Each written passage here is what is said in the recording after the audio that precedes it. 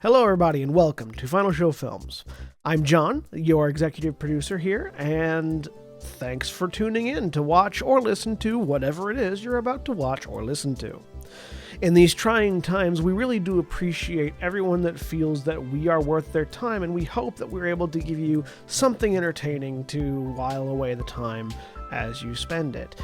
We particularly want to thank those of you that feel like we're worth financially contributing to, particularly our $25 and up supporters on Patreon, who are Antitonic, Drevian Alexander, Cat Waterflame, Rowan Parker, and Samantha Bates. Yes, I read that off of a list. Thank you very much for supporting us. I know that in these uncertain times, finances are tough for everybody, so that you're willing to donate to us means a lot to all of us here, and we thank you. That being said, please sit back, relax, and enjoy.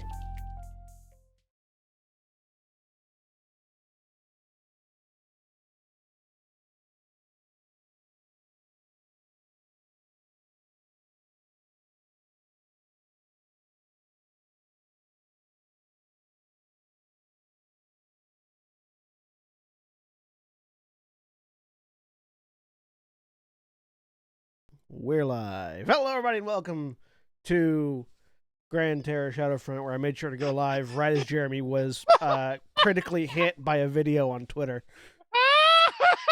Perhaps one of the greats. Oh fuck! That video rolled a nat 20, and Jeremy is now knocked out. Oh, just You could hear the cartoon noise too, like when it happens. Like you can hear the thunk. it's so amazing.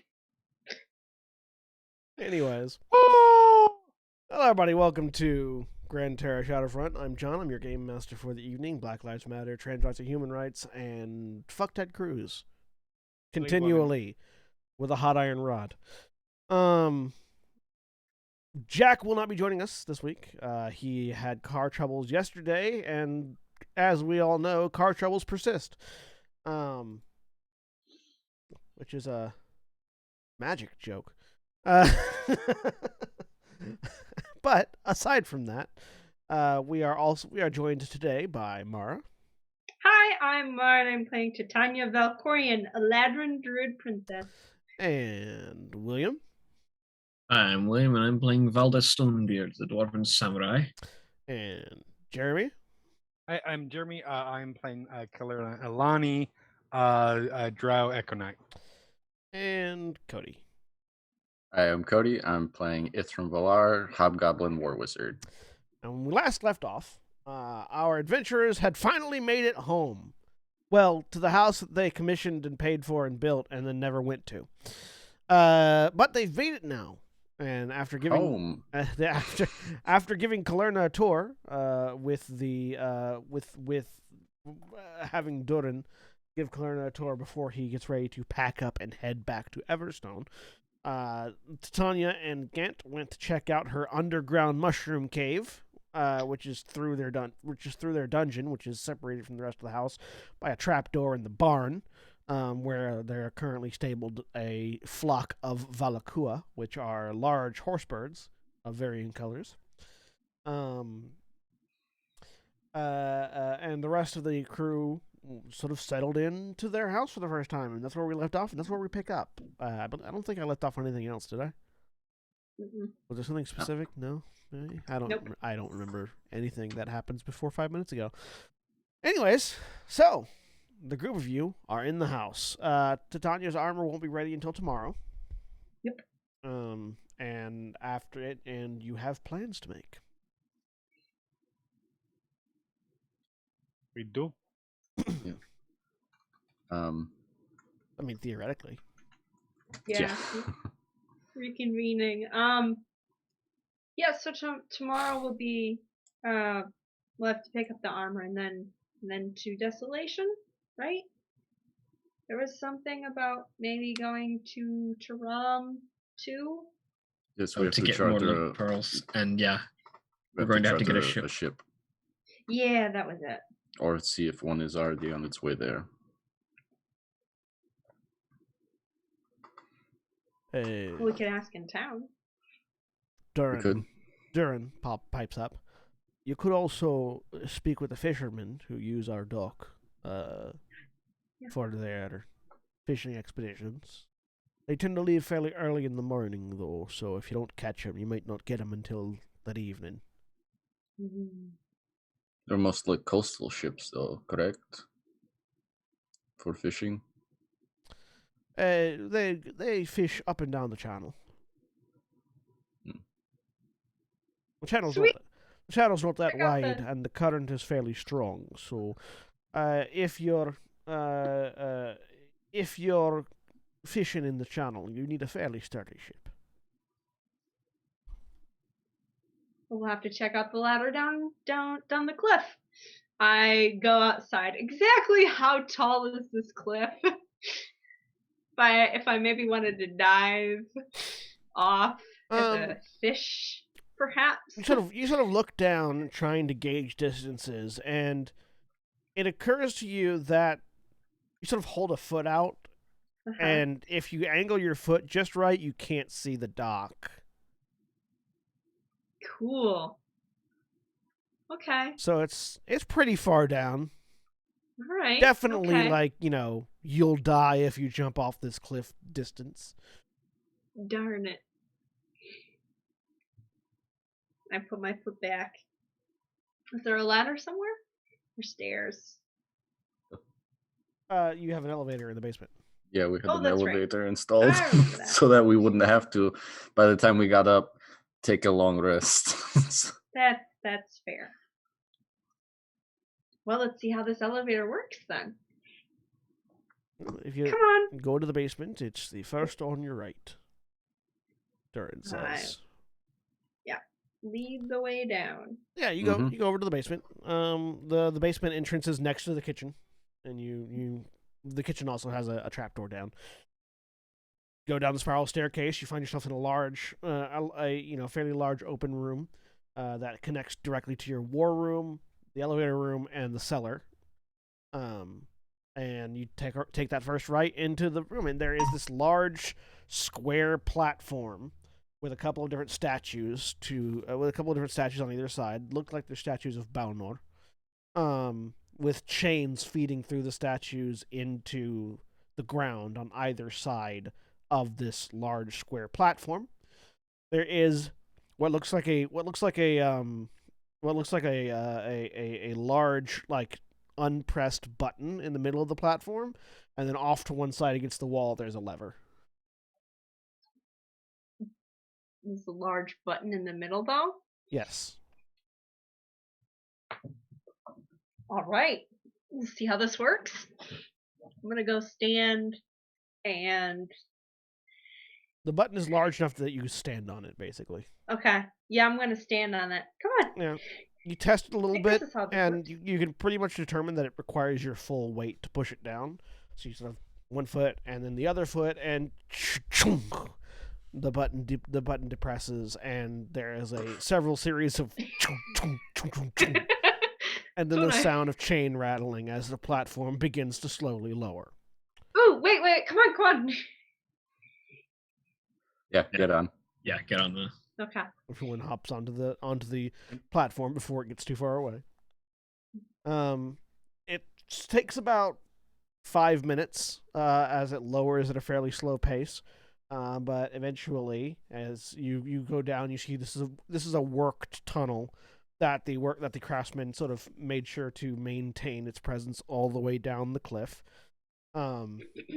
It's walled in with brick, and eventually, you see an arch appearing at the bottom of one side of the wall,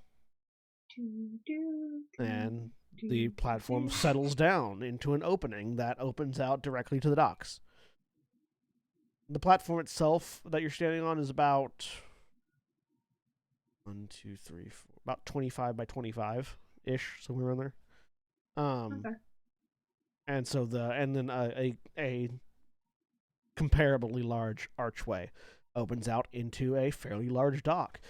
There are no ships currently at the dock, but looking at it, it looks like it could probably hold 2 or 3 small fishing vessels, maybe 1 large ship at some point in the future. Are the fishermen here? No, they are not here. Okay. You get the sense from what Duran said that they go out in the morning and they come back in the evening. All right. Still out. Well, we could try and go meet them. Or we could wait. There's hot tubs upstairs. There is. You keep mentioning these hot tubs. I'm very excited about them. I have noticed these. You also You ever notice been in a hot tub? Certainly not this one. It's rocks. Enchanted rocks from Core. from down here. You also notice that there is some sort of a pulley system off to the right that leads up to that covered watch post that you had been told about. That's up by the thing. Looks like that's probably how people get larger catches or things up that they don't want to carry through the house. Cool. Appreciate it so that the house does not smell like fish. You don't get dead shark being carted through the house every day. I might do it anyway. But yeah. Or we could go out and meet them. I could turn into something and. But I don't know how far out they are, which direction. Yeah, I would say you don't see a ship, so you don't know where they are. We didn't see any from the top of the cliff. No. They're probably quite a ways out. How long can you stay transformed? Oh, several hours. But if it's a big ocean out there, so I don't quite know. You can see the other side of the channel from here. It looks like it's probably like a good 100 miles to the other side of the channel from where you're at. Okay.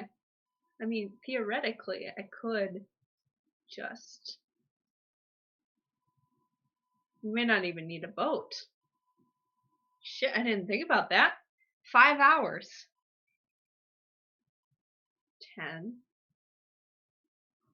Both of them. 5 hours means you can travel, depending on what you are, what you turn into. Mm-hmm. You can travel between 60 and 80 feet in the water. Okay. We'll say 60 on average. So 60 feet around is 600 feet a minute. Mm-hmm. So for adventurers, it's like 24 miles a day. And that's at 30 feet. Yeah. So you could make it like halfway across, maybe. So I'm gonna do the calculations just because I'm interested to see how far you get before you drown. What do you mean I can't just fly across in World of Warcraft? So let's see. So 600 feet a minute Or I could just fly, times the 60. fly thing. That worked pretty well, right? I'll need to buy another spell just in case it does not work so well. That's 180,000 feet in 5 hours. Feet to mile converter. 180,000 is approximately you'd get 34 miles before you lose it. Sweet. So you wouldn't even get far. halfway across. Darn it. Well, you wouldn't even make the halfway point before everyone drowns. What if you dashed for the full time? Yeah. And then died of a heart attack at the end. Okay, so times 2. 360 feet. 360,000 feet. Well, you just double the end result. So you get 68 miles before you died.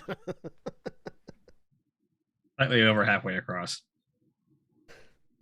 Titania's just gazing out, thinking about that, because she can't do that math. Now, I can do it. I think I can do it. I am not so sure.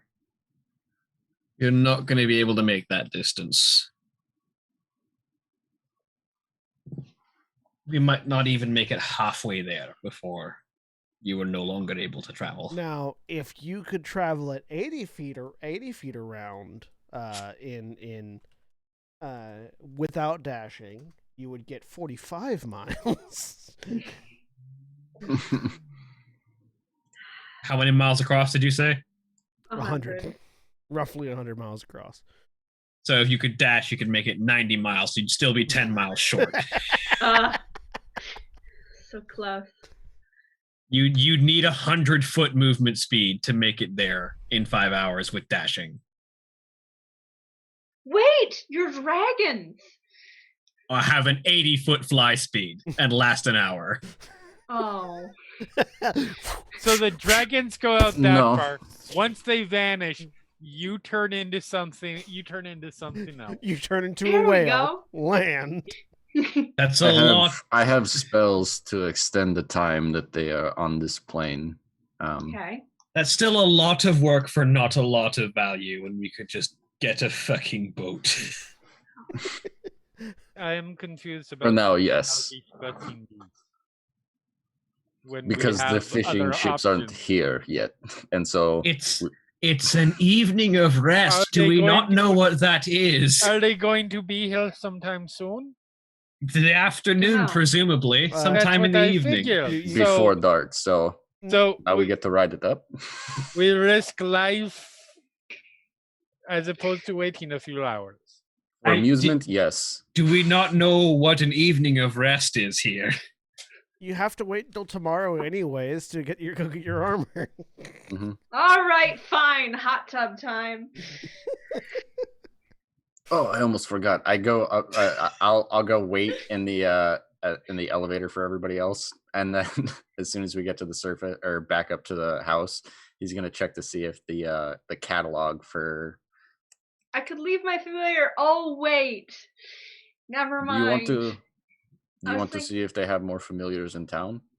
Ooh, a little bit.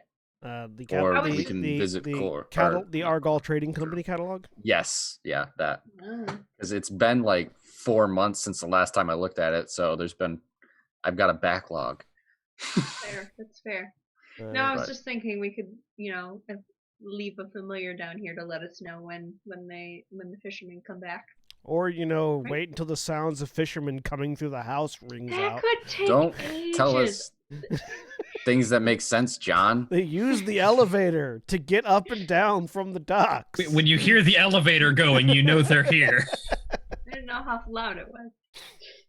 Okay. It's an elevator and it's not made of magic. It's gonna be loud.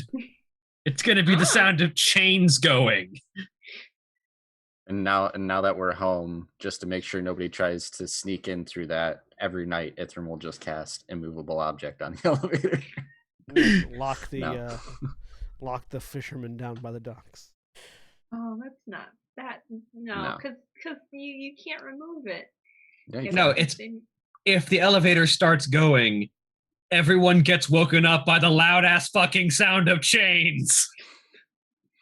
It's not actually that loud. The chains are not, because the mechanism is distributed throughout the drop. It's not that loud inside the house. However, you understand that there's a number of fishermen, and they will be walking through your house. Mhm. That's why it's an open floor plan. Fishermen are not particularly known for their stealth. All right. So no, I Ithram, mean, if aren't they though? No, they sit on a boat in the middle of the Yeah. water. you They're gotta be sneaky like, to fish. Yeah, they're Yeah. sneaky to fish, not to the people whose house they're walking through. All right. There's a reason that there's the trope of fishermen are off balance on land. I mean, sure, if they are all boat-based fishers and don't fish off the coast. Deal. Fair. Anyway, The coast here is a cliff. Ithram, if you wanna Really long line. Yes, Titania. go to town. 5 Imagine- minutes of reeling the Look at line that. up to get one fish. Imagine Nice. spearfishing from a fucking cliff with just like this long ass rope. He's down there.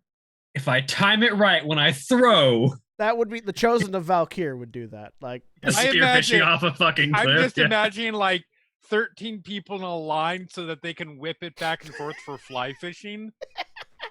Because that's how many you need to actually pull the to it pull the far up line. enough. Yeah. No, just picturing like I said, the chosen of Valkyr standing at the top of the cliff. And they start pulling the rope before the harpoon even hits the water, so that it hits the fish, and then they are immediately yanking it up.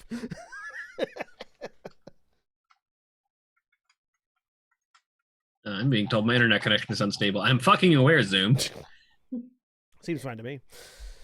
Anyways, It's on my end. I keep getting people roboting. Did you want to go into town or to Taram? Because we could do both. Speaking of, I'll It's be right not there. back. Well, Taram has some really good ones. I don't know what there is here, but we could check. That might be interesting to know. Do we have spells to get to Taram? Yes. Okay. just not back. We've had a long rest, right? Not yet. No. I mean, you had a long rest. Yeah, this is still the morning basically because you transported via plants to get here. Yeah. Yep. Yeah. But the issue is coming back. Yeah. We could, if we teleport to Kor, or I don't know why I keep saying Kor. If we teleport to Taram, we could take Valakua with us and ride them back and be back by the end of the day. It's right? No, it's like 2 days to get to 2 days. Grifftop from Yeah, it's a little bit farther. from Taram. 2 days ride. No, let's go see what's in town. I mean, we haven't like wandered around here too much. Let's meet the neighbors. And if you do check Ithram, there are like 4 catalogs in your room stacked up neatly, Okay. untouched. Nice. I'll just grab the top one to read while we walk through the town. Oh, that's that catalog from the company. Yes, it's the one where we bought the cloaks of protection. Yeah. I'm still curious about all of. I mean, that was weird. We didn't really get answers about that, but I don't know. About what now? The like the weird druid who kind of was like staring at things. I don't remember. Yeah, There's lots happened. that was odd.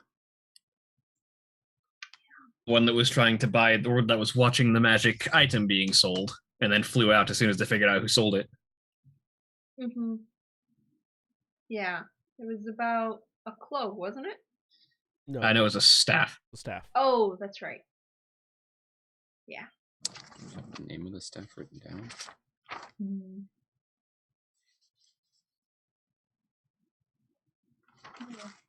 We can walk and talk. Yeah, you start heading to town. Just the two of you, or the other, or Valdeth or Kalerna, you guys staying behind, heading to town with it? What you doing? I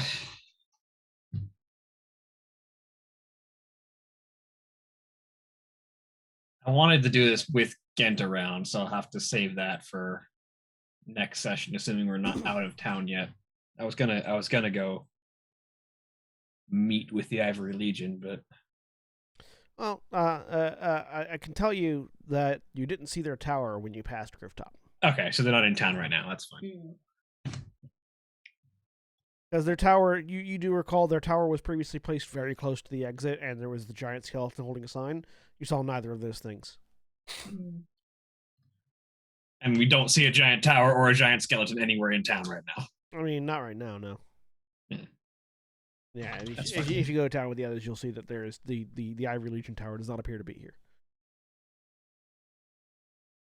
And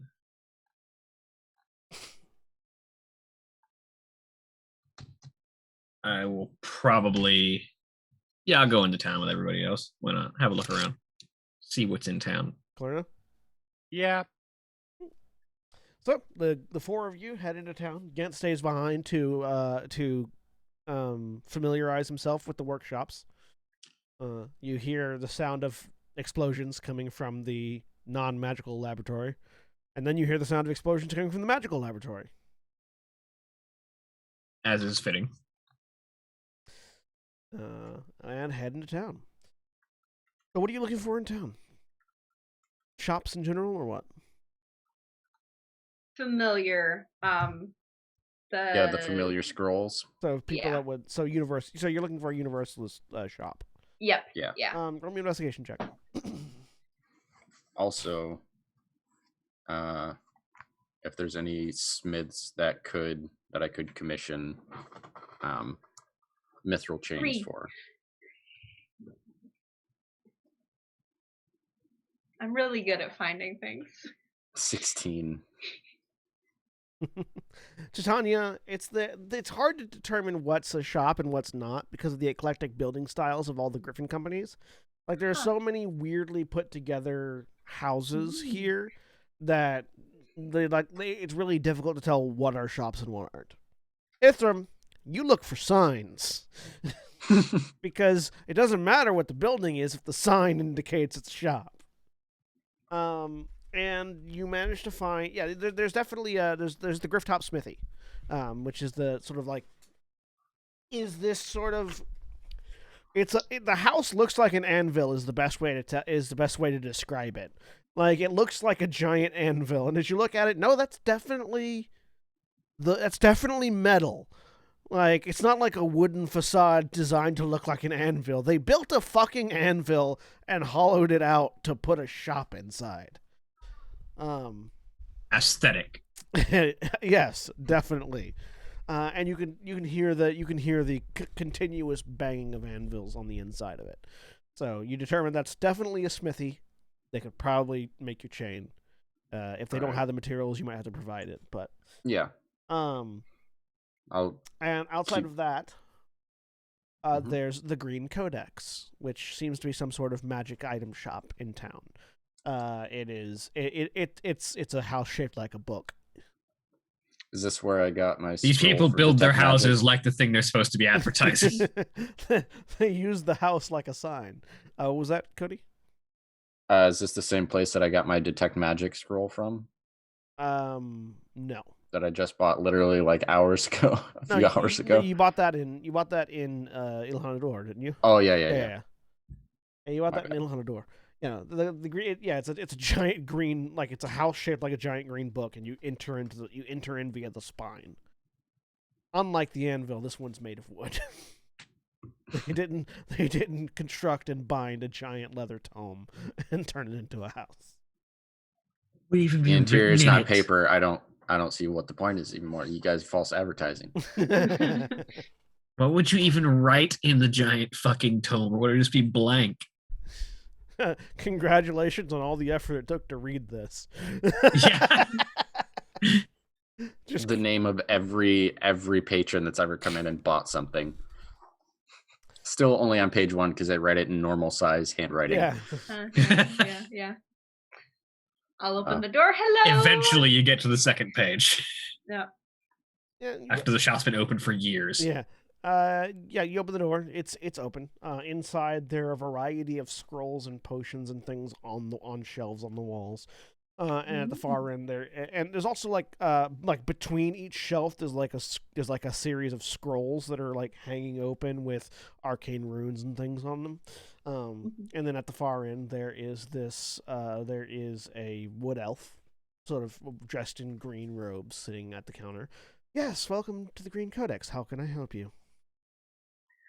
We're looking for some universal spell scrolls for Find Familiar. Well, we don't carry universalist things in stock, but we do have them. We do have the ability to order them. So, if you're looking for something specific, we can place an order. Yes. Right. So, Find Familiar. Any particular type of familiar? A carbuncle. Yes, we can acquire a carbuncle. Okay. Ephraim, do you need anything? I'll take a look at what No. scrolls they do have available to see if there's anything I can afford. And But as a reminder, you can't learn universal spell scrolls, yeah, but yeah, you can use them. yeah. You look at the spell scrolls they have. Is there anything in particular you're looking for? I think the last time I looked at my list, I mean, I have a whole bunch written down. Go ahead and give me a D20 roll. 4. You can find one first and second level spell scroll that you're looking for. Let me check to see something real quick. That'd be my luck. That it was.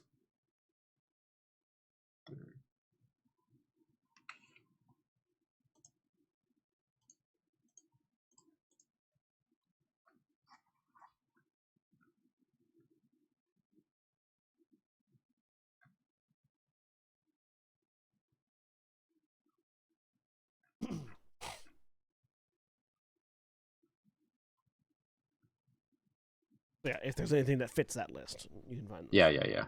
I'm just double checking to make sure. The wood elf indicates to you. Finds from the universal scroll will be.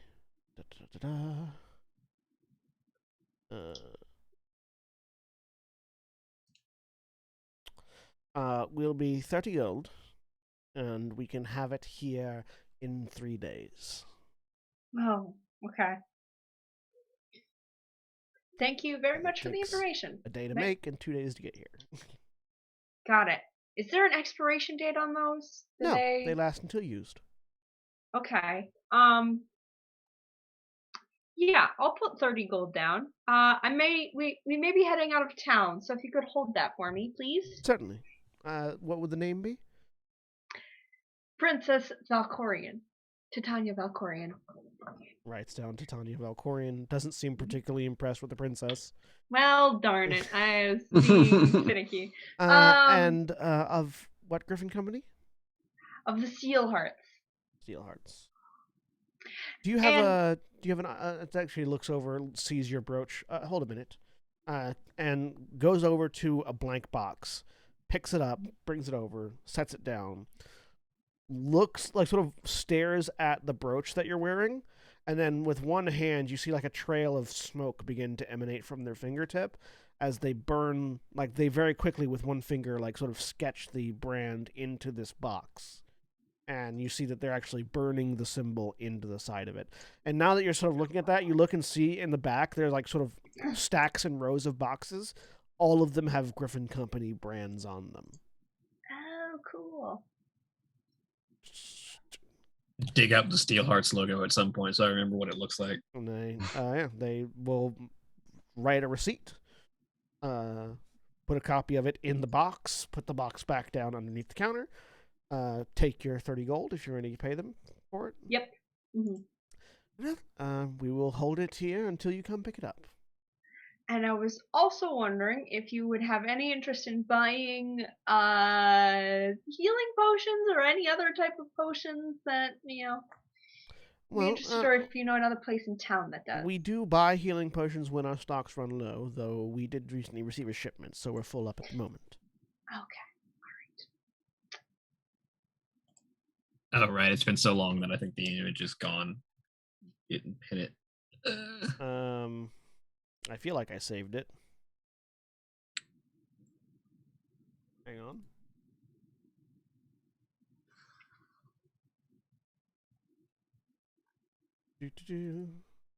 And if I can't find it, I'll figure out where it's at and find it later. I think I might have a copy of it in my references for when I had Ithram's artwork commissioned. I'm gonna put it in our part. I'm gonna replace the image on our party notes document with it as soon as we get it, so we can always have it ready. Yeah. I'll have to find it later. I definitely know the logo is on Ithram's art, though. Yeah. We grab some more healing. How much are your healing potions actually? Does anyone else? I am clear out of healing potions. Does anyone else have any? I figure we should stock up a little bit before we go. That's a good question. I still have. Nope, the superior healing potion got iced with the with the Oh. with the magic disjunction. And I drank that one when I got hit by the fucking fire in this Rethorb's temple. Okay. I have a potion of healing. Standard potions of healing are 50 gold each. Greater healing potions are 100 gold. Our superior healing potions are 150 gold, and our supreme healing potions are 400 gold each. Okay. I will put down 80 platinum for 2 supreme healing potions. Oh. You put down 80 platinum. They fish down underneath the counter and pull out 2 supreme healing potions. I'll put down As a note, we only have now 8 of those. So you have 4 regular healing potions, please. yes, certainly. All right, I'll put down 200 gold for that. 4 small vials, and yeah, you can very clearly see the difference. A regular healing potion is like a test vial that big. The supreme healing potions are like large flasks that you have. Yeah, the big round flask bottom. Yeah. Mm-hmm. And I'll distribute those out. So 1, 2, 3, 4. The supreme healing potion is 10d4 plus 20. Yeah. Correct, which is why they are so much more expensive than the superior healing potions. Yeah. I'll hang on to 2 right now, but Ithram and Valda both get 1. Well, you don't need to give me any of those because I have 2 supreme healing potions now. Okay. Because I'm on the front lines all the time. That's fair. I'll give one to an extra one to. So I need to be able to chug one of those for. Yeah. Not dying. Okay. Yeah. Ithram, do you want 1 or 2? 2 would be fine. All right, 2 for Appreciate it, you Andy. and 1 for Kalerna, and I'll keep 1. Did you find? Were there any scrolls? Very much. Yeah. Yeah, it was. I was just waiting. Wait. No correction. I had 2 already. Okay. I'll have 2 then, and probably give 1 to get 1 Jack's back. Mage armor and Nistel's magic aura. If that'll be 50 gold for the mage armor. What's that? 50 gold for the mage armor, and 200 for the magic aura. All right. And they are wizard spells, so you can add those. Should we do that when I get back? Do you, by the way, have some? It's kind of a rarer thing, but I don't know what all you have here. Would you happen to have? As I find that dang spell, where is it?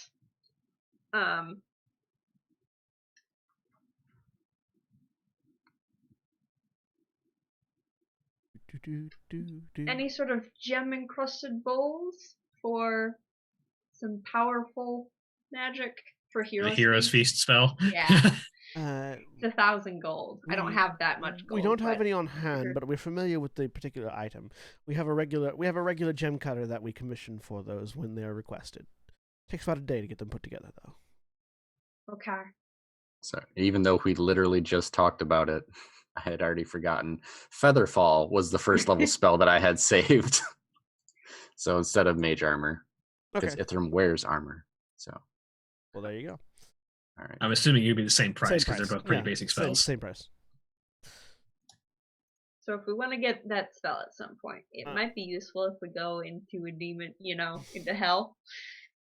I mean, yeah, something that lets you automatically pass fear checks. That would definitely be useful in hell. Yep. Immune to fear, yeah. I can't buy that right now, but that's something to think about. I feel like I'm probably pretty confident if I was to say that Gent would probably be able to foot that and willing to foot that, considering how important it is for the party. However, for now, I will put down 100 of my platinum, and if Gent says yes, I'll cover it, I'll put that back. Gent is also working on things right now, so yeah. All right, we will have our We will have our Jim Cutter get to work on that. Thank you. I should be ready by tomorrow. They'll write a receipt, put the receipt in the steel arts box. We need to figure out how to get there now because we don't have the mime handkerchief. Yeah, that's going to be finding. I mean, to be fair, the well was also random, and no guarantee that we'd ever get there. That's fair. So we're just going to have to find those tuning diving, forks. You just keep diving through it. We could.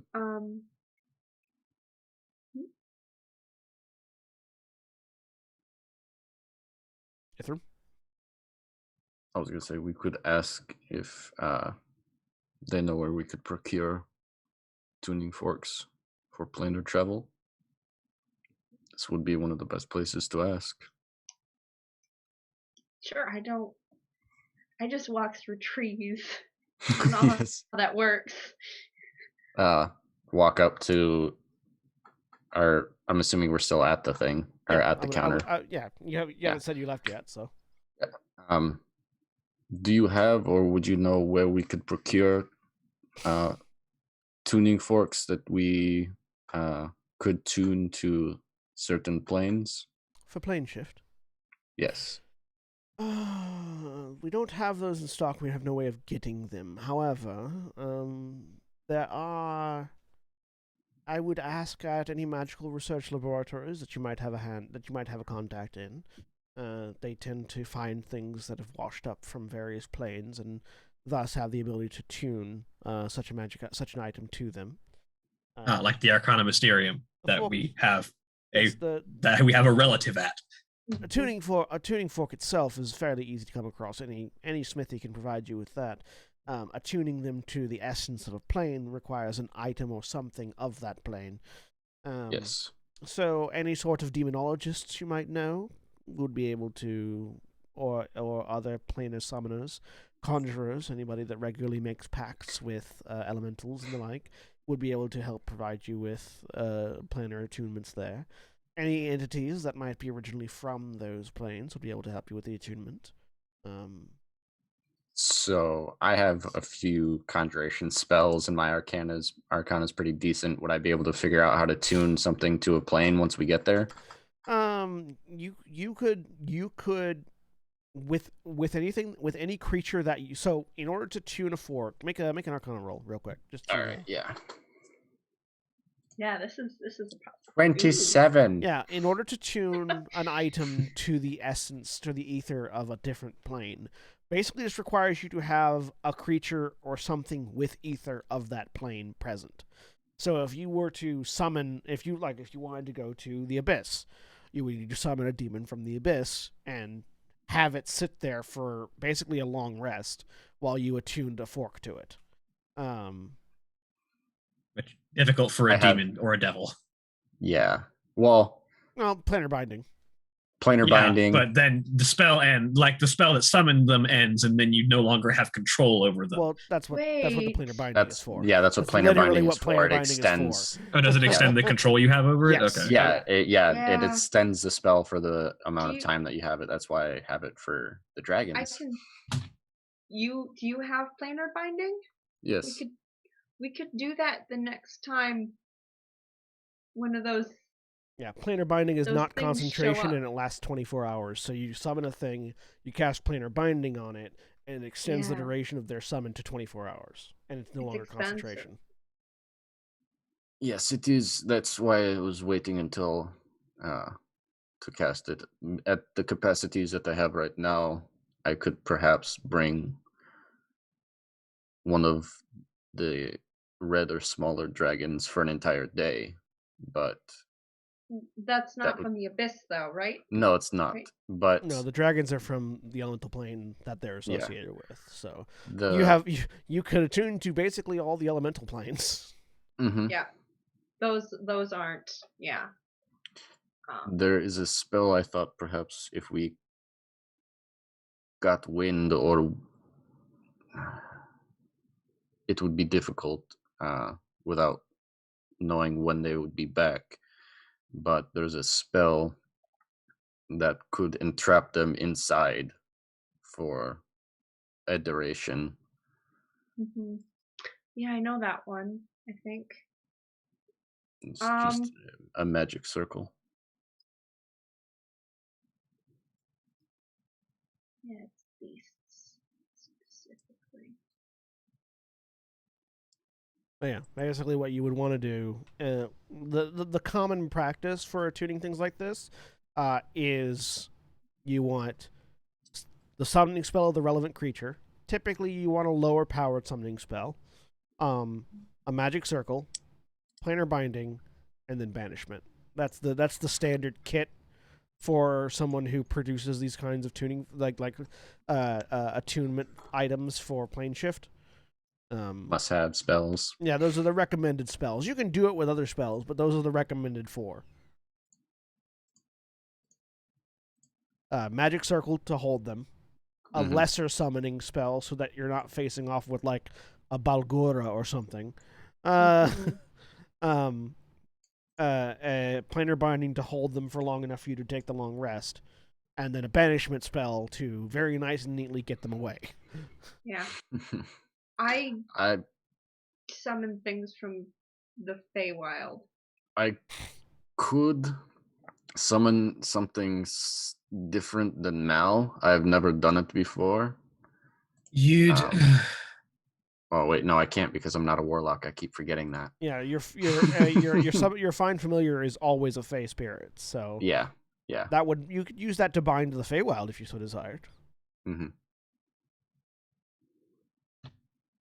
Well,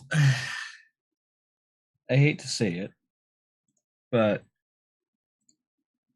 from what I understand of demons, they're very tricky and very good at resisting magic. Well, and also you And don't devils want, especially. yeah, devils are the ones that and each devil you would bind to whatever layer they're from of the hells. Oh, this is getting complicated. So the Welcome to Wizardry. Making my Planar travel headache. is Complicated. complicated and dangerous and time consuming. but if we're going to do any of this, we need someone who's well versed in demonology. I don't know if there's a devil equivalent of the word demonology. Diablerie. Infernology, I don't know. Diablerie. Diablerie, sure. Which I know is funny for vampire players, but that is legitimately not what Diablerie is.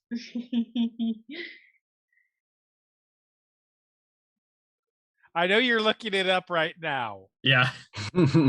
Sorcery supposedly assisted by the devil. Yeah, like sorcery supposedly assisted by the devil, which would be the devil version of demonology. Well, demonology would be the study of demons. Yeah. Devilology? I feel like going off of the Diablo, like Diablo is the root word, so diabology? I feel like it would probably be diabology or infernology, depending if you're going by infernal. Infernology could be either, though. That's the thing. No, because infernal is devils, and like an abyssal is demons. Yeah, but infernal is the written language for both. Yeah, but infernal is specifically the devil's language. Do I know if my cousin Dorian, or cousin, I'm gonna call him cousin, Dorian would know how to get there? Which one is that? He's Brava's kid. Oh, Brava's son? Yeah. You haven't really interacted with him a whole lot, Too much? as far as I recall. Okay. So I remember they knew that he was possibly. He's a wanderer. Yeah. Mm-hmm. Were there any thinking back, were there any in my legion, were there any significantly powerful like conjurers, or did Your I mom. don't think we. Oh, yeah, that's true. Your mom. That's I was who. gonna say, Mhm.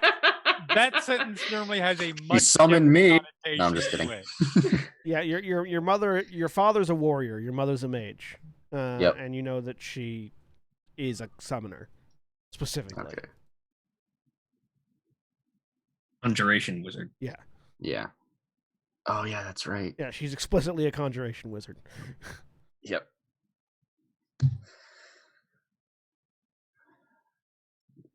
We could, on the way. This on the way up north. We What? could talk to my mother. Sure.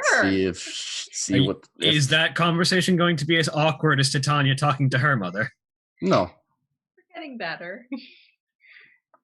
Is that normally an awkward conversation? I have Yes. not been- Very. Let's see. I've never seen two people who don't know how to have any form of conversation so much. It's getting better. It's okay. But Like, no, if we The tension is almost visible. You could literally cut it with a knife. It would probably bleed awkward. She doesn't get. Anyway, no, I think that's a good idea. If we can find them, is that they travel around a bunch, right? Yes, but I can get Have a in way to get contact them? with them. Yeah, I have the sending spell. Perfect. That sounds good. I'd like to meet. Yeah. It has been a while since I've checked in as well, and I believe the last I told them was about Rhyhor and the Withered Green Legion. Yeah. No, you need to write to your family. Important. Since Falcons. Yeah, and normally it takes about a week for him to reach there. That's fair. That's fair. So, but It's another spell that you could use, Galder's Speedy Courier. I'm a wizard. I could use literally all the spells Yeah. if I had the choice. Let's see. Your father is Ked. Which one's your mom? Let Avira. me look. Yeah, Avira. Yes, Right. Avira. Yeah, and I'm just reading back through my notes to see because I knew that he had his teacher, but reading through the rest of it, yeah. Yeah, you didn't go into detail much about your siblings. I've made up some backstory about your siblings and family. I had one older sibling and two younger, I believe. Yep. I like that the material component of Galder's Speedy Courier is just the fare for the courier. Like it literally is 25 gold or material goods of equivalent value. No, this sounds good. We've got a plan.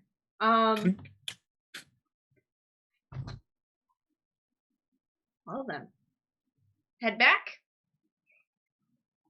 Yes, I have a good. bit of work to do. I swear, by the way, if Valdeth dies, I will make someone who is just a utility wizard and has no combat spells.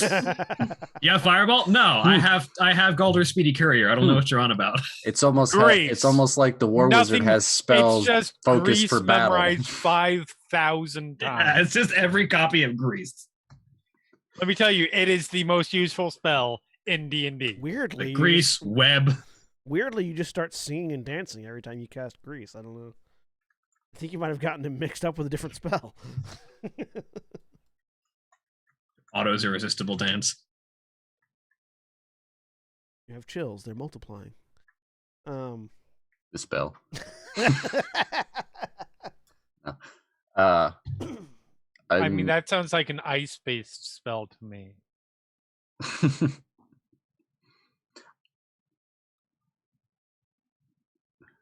That would be Luke's irresistible dance. Yeah.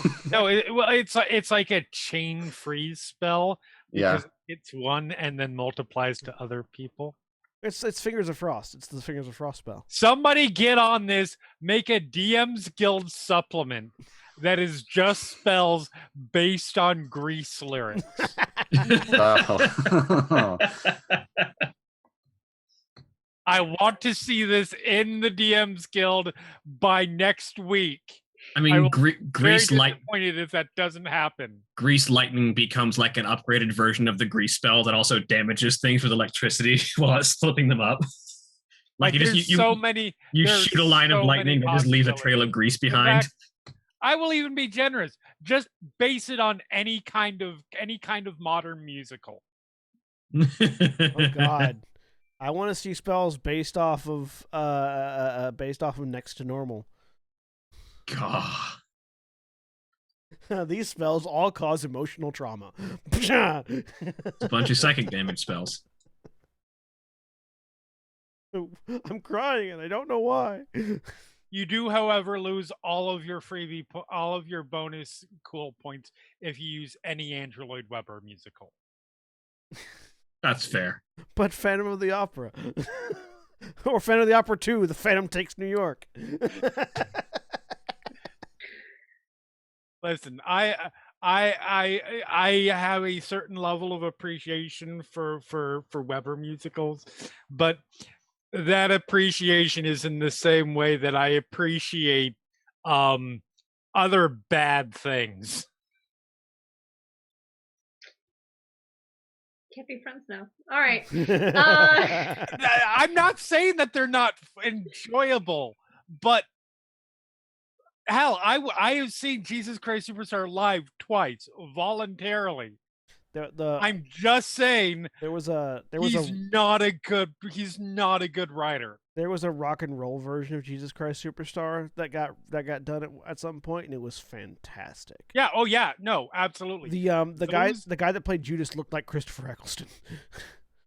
Weber's musicals work because of the talent that gets involved within it, not because of the book. Because the book is absolute garbage 99% of the time. Isn't that like the 2008 one? I don't remember what year it was. So we head back. I can feel your anger coming through the screen. And I am delighted. You're still in the spell shop, so I don't know if you want to get anything else while you're there. I have no more money, so I can't really get anything else. I have 50 gold. We need to be paying jobs soon. You do know, Ithram, that it would be appropriate to bring a gift when you go to the Legion. Yeah.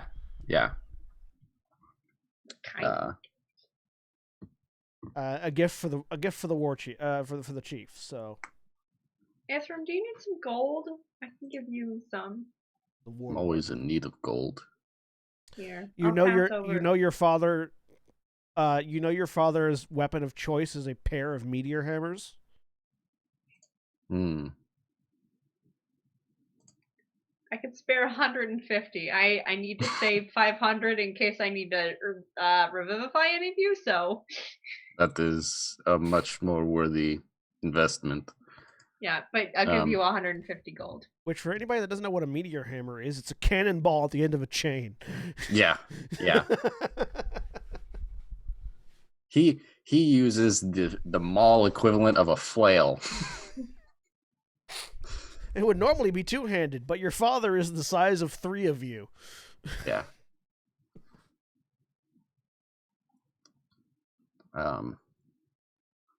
Which is saying something, considering how big Ithram is compared to the rest of the party. Right? Yeah. The wizard is the thickest amongst the group, besides Felda. But how much we could stop back by that smith to see if they have any weapons for sale. Sure, what weapons they have. If we're to visit the Legion, then it's best to, especially if I'm returning, to offer something that I've gathered from my travel. And since you're not planning on staying, you can't Yeah. offer yourself. Yeah. Yeah. I'm not going to be returning to offer my, well, I won't be staying for this to serve the Legion. I'll still be serving, but remotely like I am now.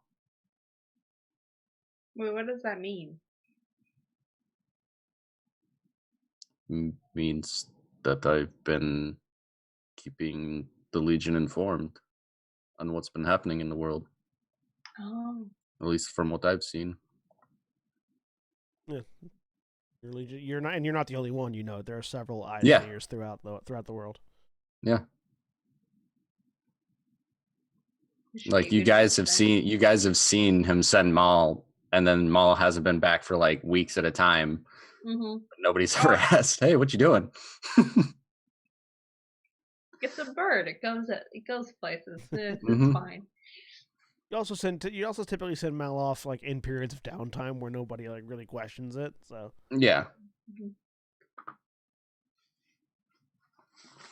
But yeah, I guess hit up the blacksmith on the way back to see if they got any sweet meteor hammers or anything of the like. You head over to the Grifftop Smithy. They do not have any sweet meteor hammers. It's not a very common thing for weapons wise. You imagine you could probably get it's the year 2000, by the way, is the rock one. Yeah, you imagine you could get it. You could get something commissioned, but they have pretty standard arms and armaments here. None of them seem magical. They're very well crafted, but none of them are magical.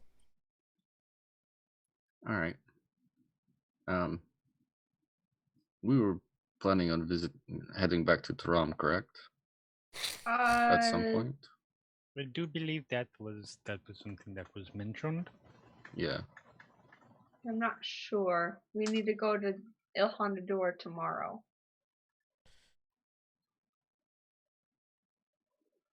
Okay. Yeah. You had mentioned going back to Toronto to find a boat, but that was before you realized there were fishermen at your own place. Yeah. Well, This is true. it depends on whether. Yeah. Should we head back to see if they've returned? We can return. That'll give us our answer. Yeah. Whether we need to go to Toronto or what kind of gift do they like? I could go out and hunt something.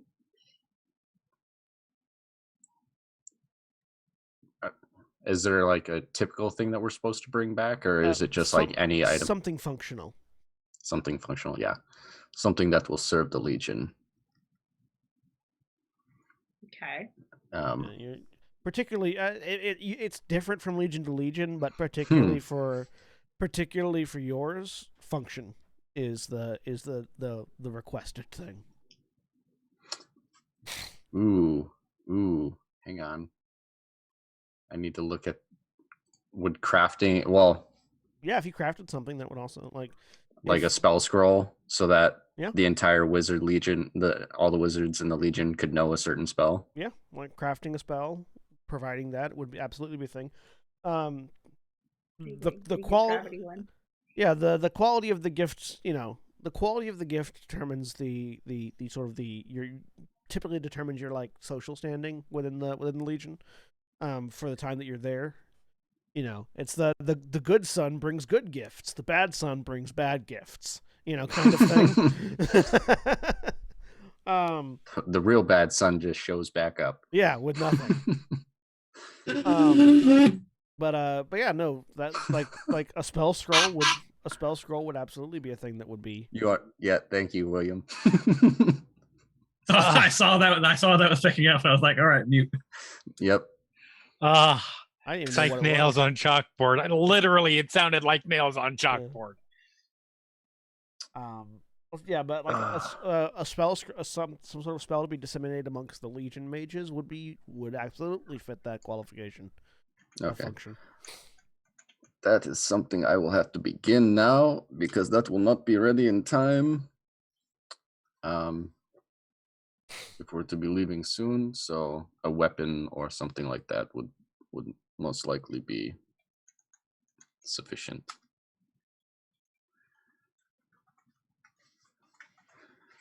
But yeah, I'm ready to head back Right, so the group of you head so back. that I can start scribing these spells into my spell book, which I guess since there's scrolls, I just have to make checks now. Yeah, just an arcana check to translate the scroll. Okay. I'll go into this time I'll go into a workroom with Gent or while he's in there. And, is in once you guys get is in, before you get back, is anything else in town that anybody you want to do? Okay. Nope. No? I have nothing. So you get back to the house. Gent is in the mechanical laboratory, not the arcane laboratory, and it looks like he's like sort of twiddling with some sort of looks like a gun, but it's got like a grappling hook stuck into it. Yeah, I'll work on transcribing it in that room for now. So give me a arcana check. All right. So this one is for the first level spell, Featherfall. I mean, you failed. That's why he's in. That's why he's in there. I'm gonna use saving face. Like, get it. Does this bid look right, Gent? No, you've flipped those runes around. All right, so now it's an 11. Yeah, which is I believe exactly DC 10 plus spell level. Yeah, what you needed. Yeah, which is exactly what I was afraid of, which is why I went into that room. Beautiful. So yes, you succeed by bumping it to an 11. You succeed in the roll. All right, the only way that I could have failed it was by rolling a natural 1, and there it is. And then next one is for Magic Aura. Yeah, Magic Aura. 14. You succeed at getting it into your spellbook. Awesome. Both scrolls are destroyed in the process. But you have 2 new spells. Awesome. So, is there anything else anyone's doing today? With the before the 100 before the fishermen come back, I should clarify.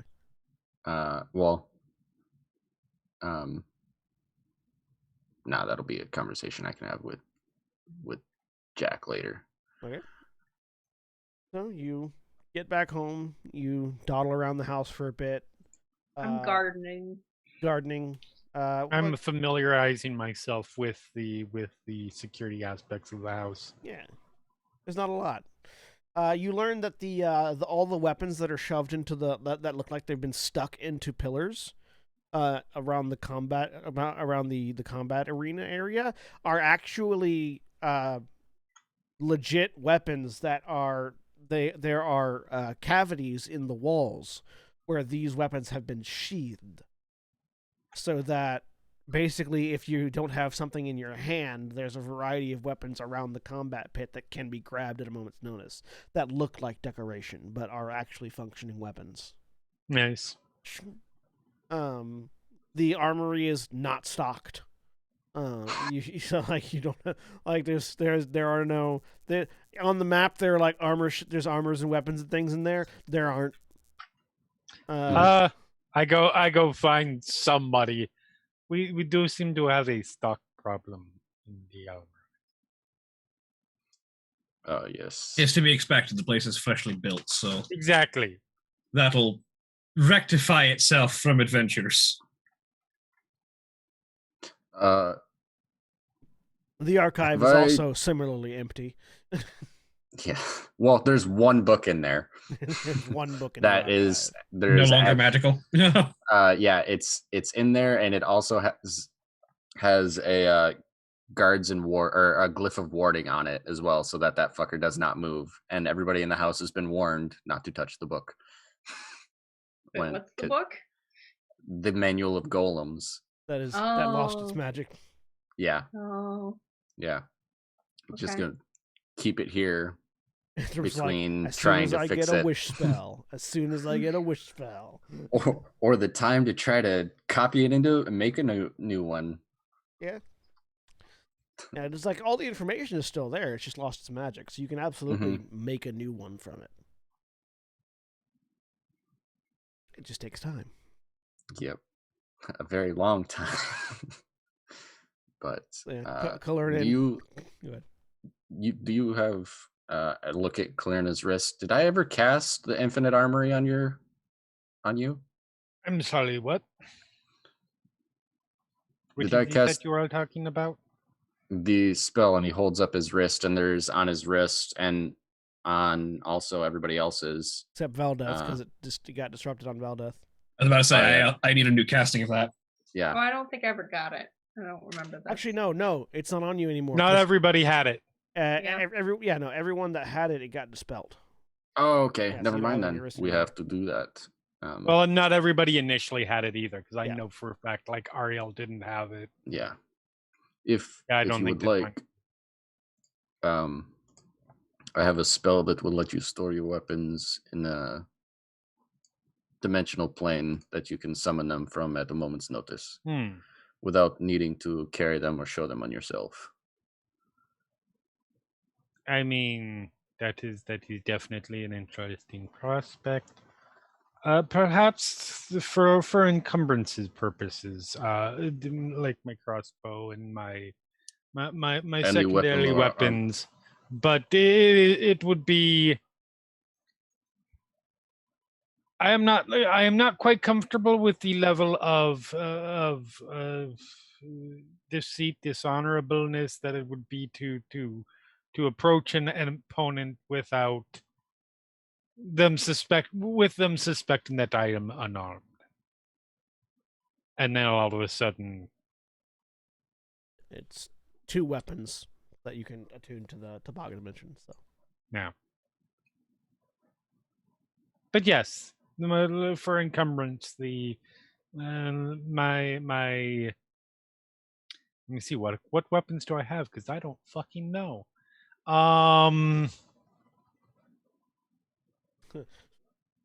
Weapons.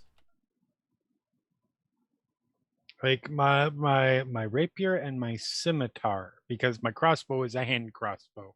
There's not a limit not on much how many you encumbrance can store there. in the Infinite Army, is there? Let me take a look at it real quick. Yeah, because I just read it and it says any number of weapons. Yeah, you have to attune each of them, and it takes an action to pull them out. Yeah. It's you can pull up to 2 at any time. That's it. If that is your worry, you can warn them that you are in fact armed, even though it may not seem so. But anybody that is willing Did I hear that it has to be attuned? You bind any number of weapons that you are proficient with to yourself over the course of a short or long rest and store them in the extra dimensional space. Okay, not attuned. No, it just takes an hour to. Okay, you said attuned, so I was like, well, that goes that. Not the magic item slots attuned, as in lowercase a, not capital A. Right. Yeah, I would prefer to have Califregus out and available. That is fair. But yes, I will definitely accept this most gracious offer for the crossbow and the rapier and the scimitar. I'd personally recommend binding Califregus with the spell, even if you never actually put it there, just so that if you ever really need to put the sword away, you can at a moment's notice without having to spend another hour binding it to the spell again. Also helps if if Califregus gets taken away from you, you can bamf it into the face and then get it back in your hands. It also serves as a potent disarming prevention, because you can send the weapon into its pocket dimension from anywhere, even if it's not in your hand. Fairly enough.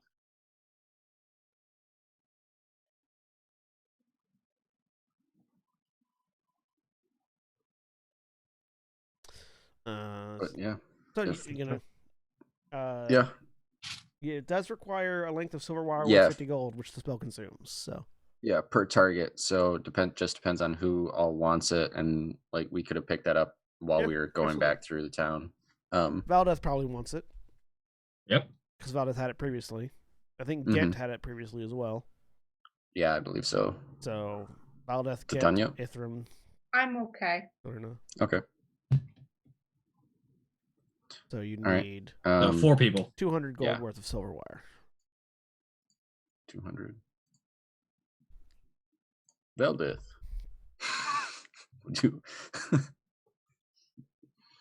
How much do you need? the 200 gold. The lot. All right. Have 200 gold. How much do you need? 200 gold worth of silver wire. No. How much do you need in addition to what you already have? 200 gold worth of silver wire. And then I'll bind everybody in a circle and wrap it around their wrists. Cast the spell as I don't really need to do it as a ritual, but I will. So Takes an hour and 10 either way. So an hour and 10 minutes. Well, here, hang on. It already takes an hour. So if I cast it as a ritual, does it just double the time? No, ritual adds 10 minutes. Okay. So yeah, hour and 10 minutes. It takes an hour and 10 minutes as opposed to an hour. And then when it finishes, there's just a lunar cycle that wraps around your wrists in silver ink. Cool.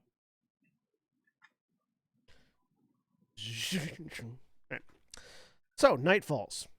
As the sun begins to dip, you Titania from the garden, you can hear. Oh, that's weird. If I hold my hand up, my face becomes orange. If I lower my hand, it doesn't. It goes back. Light, yeah. Mm-hmm. But I'm not blocking the light because the light's in front of me. I don't know that. It changes the way your camera's reading you for red balance. It's weird because I don't have auto balance on anything. Anyways, I don't know. But yeah, in the garden you hear sea shanties coming up, echoing up from the channel, as the sun begins to dip beyond the horizon. They're here. I'll rush in. I'm headed down. All right. I head down with. And let's head to meet them. Hit the elevator. Got them off at the elevator. By the time you get down to the docks, get some music. There. It's utterly quiet except for the sound of chains. I'm humming. What do you? Tanya doesn't sit in silence. By the time you get down to the docks, there are three smaller boats that have been sort of lashed to the sides of the docks, and people are unloading buckets that smell of fish as they do so. There is looks like there's about 9 fishermen total, 3 per boat. And they are all a variety of different species, ranging from human to dragonborn to there's at least one aquatic elf amongst their number. The aquatic elf, is bluish green skin, elven ears, very definitive gills, long sort of dark blue hair pulled back. Seems to be in a position of leadership because he's sort of like directing folks as they're unloading. Has like sort of a fishing spear just on his back. Has fins on the forearms and fins on the calves that are very visible. Looks over. So you lot must be the owners of the building. Pleasure. Walks over, extending a webbed hand. Yes. Nice to meet you. Finn. Pleasure. Lady Titania. We were wondering, actually, we need to get across the channel and it's a bit too far for anything we can do. Would any of your boats be able to go across, or do you know of anyone maybe in Rooftop that would be able to make the journey? For a group of, as I remember, math 5? Be a bit of a tight squeeze, but we could certainly get you across there. There's a pretty good fishing spot just down the channel a bit on Desolation side where we tend to spot up for some spearfishing. Perfect. Sounds good. So if all you're looking for is to get over there, we'll warn you. There's no real easy way to get up the cliff on that side, but we can handle that part. Yeah, that should be fine. Well, yeah, we can get you to the other side easy enough. Perfect. Tomorrow morning. Well, we set out with the sun and come back with it as well. So if you're up bright and early, you can join us. Okay. Sure. You can do that. I will note that your armor is ready tomorrow to be picked up. That's yeah. right. Yeah, we have to go to Ilhan the Dwarf. Day after tomorrow, Titania. Okay, yeah. Well, day after tomorrow, then. Just as easy, yeah. Okay. Yeah, if you get up bright and early with us, we'll take you across, drop you off as we weigh anchor. Thank you much. Not a problem. Just know that if you're looking to come back again, won't be heading back till just before the sun sets. We've got answers for coming back. It's just getting out that's a problem. All right. Well, come see me any morning you're looking to get across. Sounds good. Thank you very much. Not a problem. Hot tub time. He gets back to coordinating the fishermen. The fishermen ride up the elevator with you with their catches of the day. They've got several buckets full of various different kinds of fish and other aquatic sea life that lives in the channel. I'm looking through those. I'm always looking to transform into odd, weird things. Most of them just in case. Most of them are just a wide variety of fish. One of them has a bucket full of eels. Ooh. That are just sort of like almost like they're coiled up in the bucket so that they can get even more, stacked in there.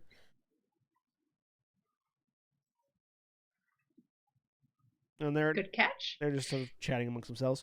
Yeah, no, that was a pretty good haul. Not as good as we've had before. There's all manner of creatures coming in from the channel, coming in from either end of the channel. So occasionally we'll get something a bit bigger. Nothing big today.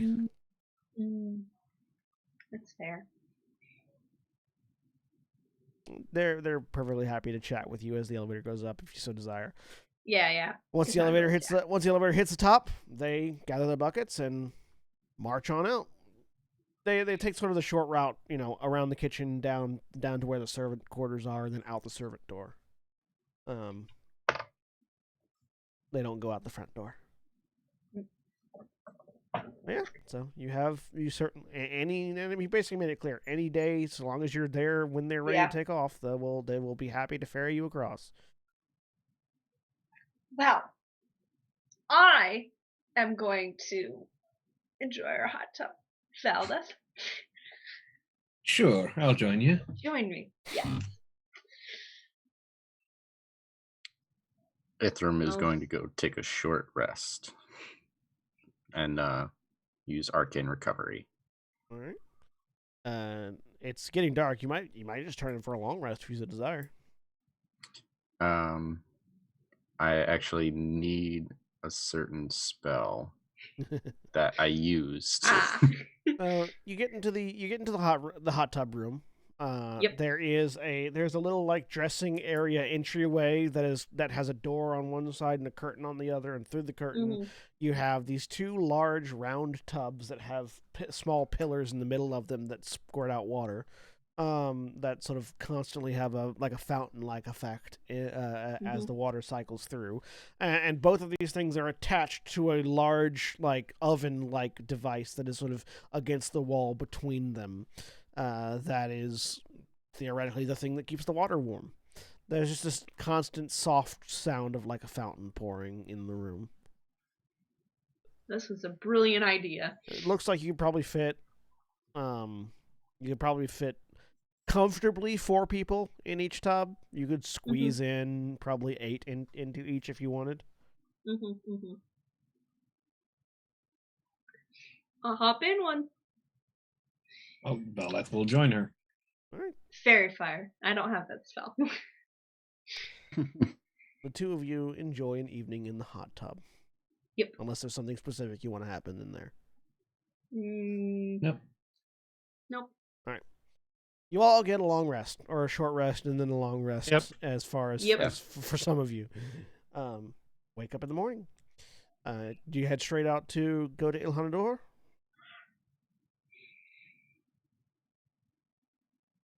Sure.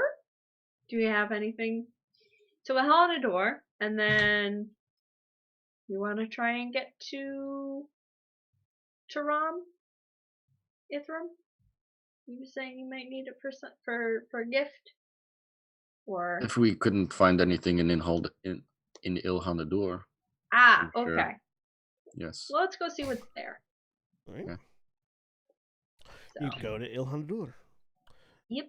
Make your first stop at the armory, at the woodcrafter, and so you are presented with druids, some druidic half plate. Mechanically, this is half plate armor. This is +2 half plate. That does not that does not that you can wear as a druid, basically. And it doesn't have the disadvantage. And it also does not have disadvantage on stealth because it is made of wood. Visually, you get a pair of ironwood bracers that, after the treating process, have turned a lovely sort of dark brown. That have elvish runes carved all along the sides of it, on both of them. You have what is basically like sort of a armored corset that is a combination of leather and wood, that is designed to accentuate all of your curves, or at least the curves that it touches. It pushes up and holds in, and it is not so armored that you can't move in it. Like, it doesn't cover the shoulders or anything, but it does provide very good protection of the torso. There are a pair of wooden greaves that are similarly treated and have elvish runes carved in them. And along with the whole ensemble, there is a sort of like a tunic and like shirt and slacks that go with the outfit that are these sort of arrangement of fall colors from golden browns to dark greens that sort of like accentuate the outfit, going from the corset down to the bracers, and also then down to the greaves, where they sort of tuck in and overlap a little bit, so it looks very loose and flowing. It looks very cool to wear, like temperature wise. Also aesthetically wise. But and it comes with a non-functional, but it does have a cloak, like a forest green cloak that is attached to it at the back that can be replaced with a different style of cloak, but it's it's sort of. Oh no, I'm wearing two cloaks. It's tied in. It's sort of it can be, your cloak can be tied into the tops of the armored corset. Yeah. And you are presented with the armor. It does not require attunement, actually. Sweet. It's just a +2 armor. Perfect. This is better than I expect. Better than I was imagining. Thank you. Nice to know that my work is appreciated. It is. My AC is 18 now. Welcome to the club. It was 11 before, so this is great. Would anyone be interested? People with a decent armor class. Would anyone be interested in an ironwood shield while you're here? I'm very much interested. Able to afford is another matter. How much craftsmanship. How much do those cost? I think last time you said it was. I have it written down. Let's see. I know it's absurd. +2 ironwood shield, 20,000 gold. Yep. Yeah, the only person who can afford that is the person who's not here right now. Mm-hmm. Bernadette stares for a second and says, deadpan, "I will about 600. Well, for 600, not picking. You are not picking. For 600, you could get a +1 ironwood shield. Actually, no. That's quite a jump. No, hang on. Sorry, I'm looking at rarities. No, you can just get a regular ironwood shield for 600. Yeah, that is fine. I am really mostly joking. News. I do not actually use a shield. Sorry, no. +1 ironwood shields are 5,000 gold. +1 600. +2 20,000. I rolled a 1 on the D4 for the price of the +2 shield.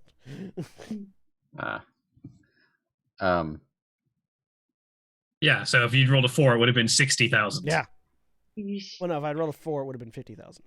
It's 80,000. It's 1d4 +1 times 10,000 gold is the calculation. No, 50,000. Okay. What kind of ironwood weapons do they have here? Is it just the standard? Do they have anything exotic? They don't have anything like a meteor hammer. They do have a couple of things that are weird. They don't have a meteor hammer. They don't have an ironwood meteor hammer. I figured that's something that I have to commission. They do have probably not so common. They do have ironwood like elvish takes on Adalian blades. So which you're familiar with the Dalian blades because Ariel had a pair. Ariel had one, yeah. Which are a pair of short swords that click together or can be taken apart. They do have they're basically elvish versions, so they're double-bladed scimitars in this particular case as opposed to short swords. I have a weird question. The star metal, when that, because mine got dispelled. Yeah. Is that metal still magical at all? No, it doesn't glow anymore, and it doesn't do it doesn't glow anymore. It doesn't do any additional damage. I was gonna say we could maybe melt that down and make something, but never mind. It's just really, really dense silver now, basically. But you're saying I have a giant chunk of silver now. Yeah, it still has the value of silver. It doesn't have the value of star metal anymore. Okay. But yeah, that's the double-bladed scimitars are the most exotic ironwood weapons that you have. Most ironwood weapons are spears, bows, some swords, though the swords aren't particularly sharp, in that they're not sharp at all. All the ironwood blades do bludgeoning damage instead of slashing damage. Yeah. Do they have like ironwood like mallets or mauls or anything like that? Yeah. Okay. Yeah, you can get a large ironwood maul. Yeah. How much does that? Let's see. Unenchanted. Unenchanted. For now. For just a regular ironwood maul, it'd be about 400 gold.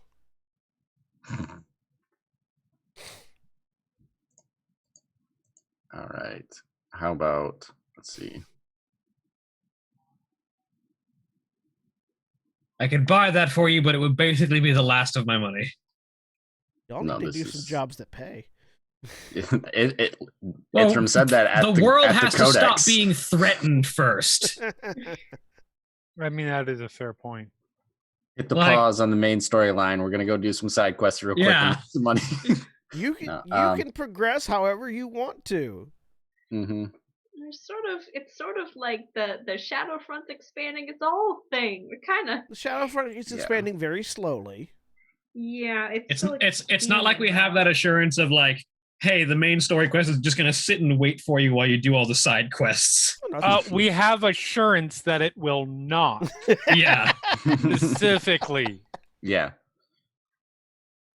We now know that there is a specific antagonist pretending to be Gent's uncle.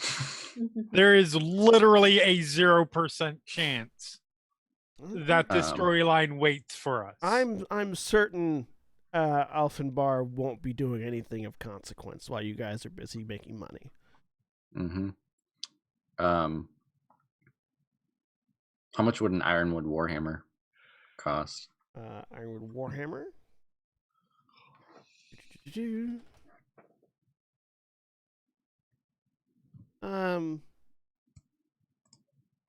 $160 gold.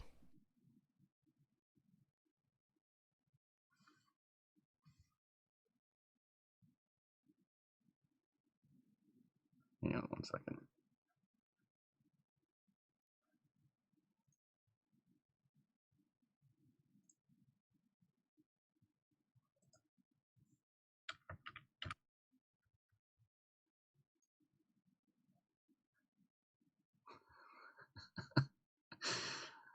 Velvet, may I borrow a gold piece?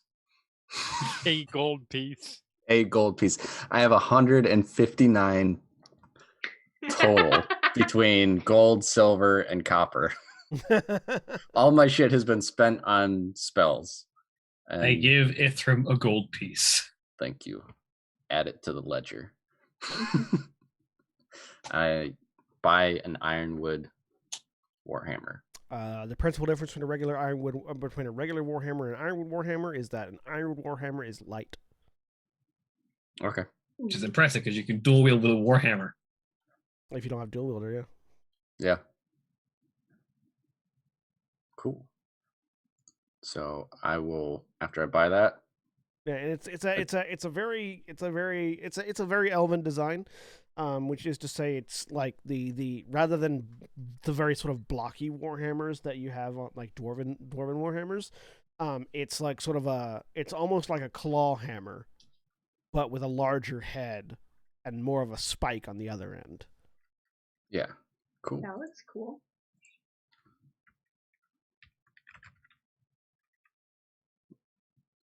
This I believe should do well.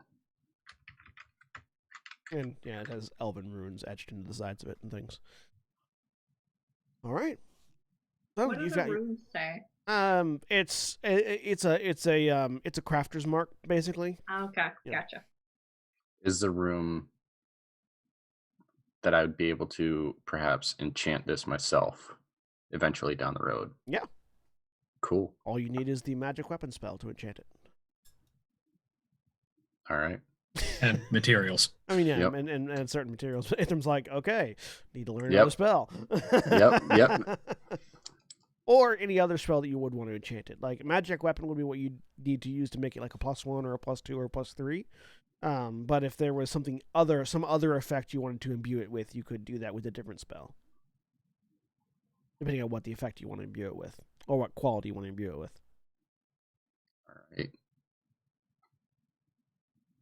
Like if now I have ideas. Like if you wanted to imbue it with returning, you would need a conjuration spell of at least 2nd level or higher. Got plenty of those. If you wanted to imbue it with some sort of elemental damage, you would need the equivalent elemental spell of at least 2nd level or higher. Yeah, and if you want to make it a +1, magic weapon. Does he need to have that spell? Because I have some elemental. Anyone who wants to assist, anyone can assist in the enchanting, just so long as someone that's assisting has the spell that was required. Okay. All right, cool.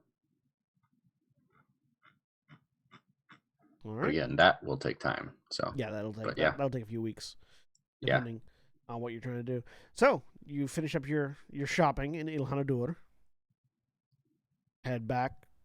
How are you heading back?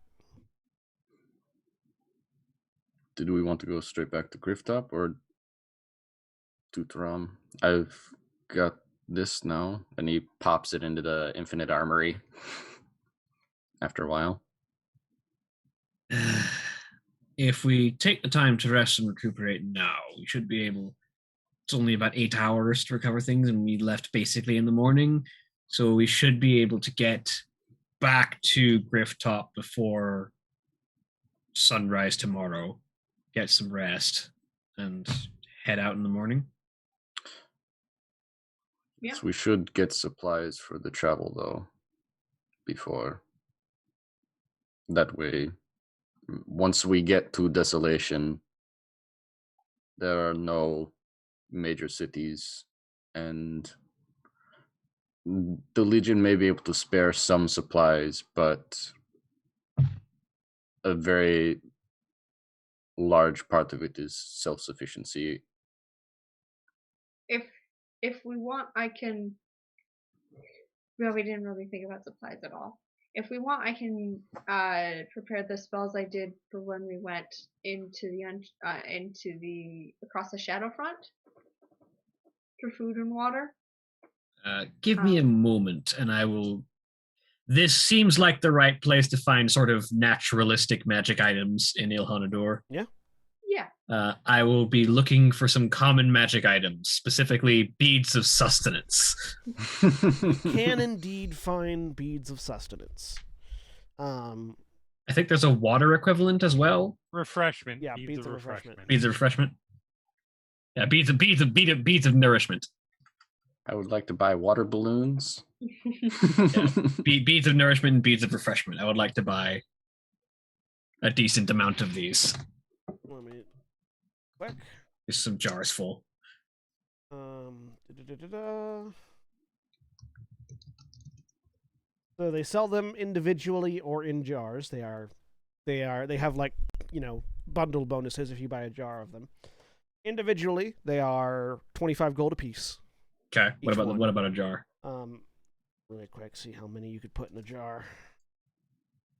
Full price. How many could you put? We'll say a jar would be a month's worth. So Okay, 30 so beads 30. each. Yeah. It'll be 300 gold for a jar. For one jar? Yeah, for one jar of each. Oh, 300 each or 300 total? 300 for a jar of nourishment, 300 for a jar of refreshment. Okay. Someone have 100 gold they can split. They can share with me on this because I have. I will say almost enough. I will suggest that Gent will not mind loaning 100 gold. Cool. And that'll be all of my gold and most of my platinum. Well, I'm down to 31 gold and 7 platinum, but that's enough to cover all of it. So that'll be 30. So you have 30 beads of refreshment and 30 beads of nourishment. Perhaps when we return to Grifftop, we can inquire about some jobs for when we return from Desolation in the north. We'll also see if we find any treasure on our travels as well. Need adventure. Mm-hmm. Yep. How are you getting back to Grifftop? Take 8 hours of rest. Transport via plants back. Yeah, if we want to get back there sooner, I can also expend stuff and then whatchamacallit, Ethercast. Let's not do that. Okay. So you take a long rest. Yep. Teleport your pants back. Take another long rest. Wake up early in the morning. Yep. Go down to the docks. Get on the boat. Get on the boat. Finn is there. He loads you guys up into the boat, ferries you across. So exactly where along the coast are you looking to? Because we can put up here, but we can ferry further up or down depending on where you want to be. Can we get the world map? I have it written down. I was going to send a sending spell before we left, okay, so that we would know where to go. I'm going to be sending it to my mother since we're going to be asking her anyways. Send the message, and I'll just be returning to Desolation soon. I have questions regarding planar attunements and travel. Your location, the Legion's location, would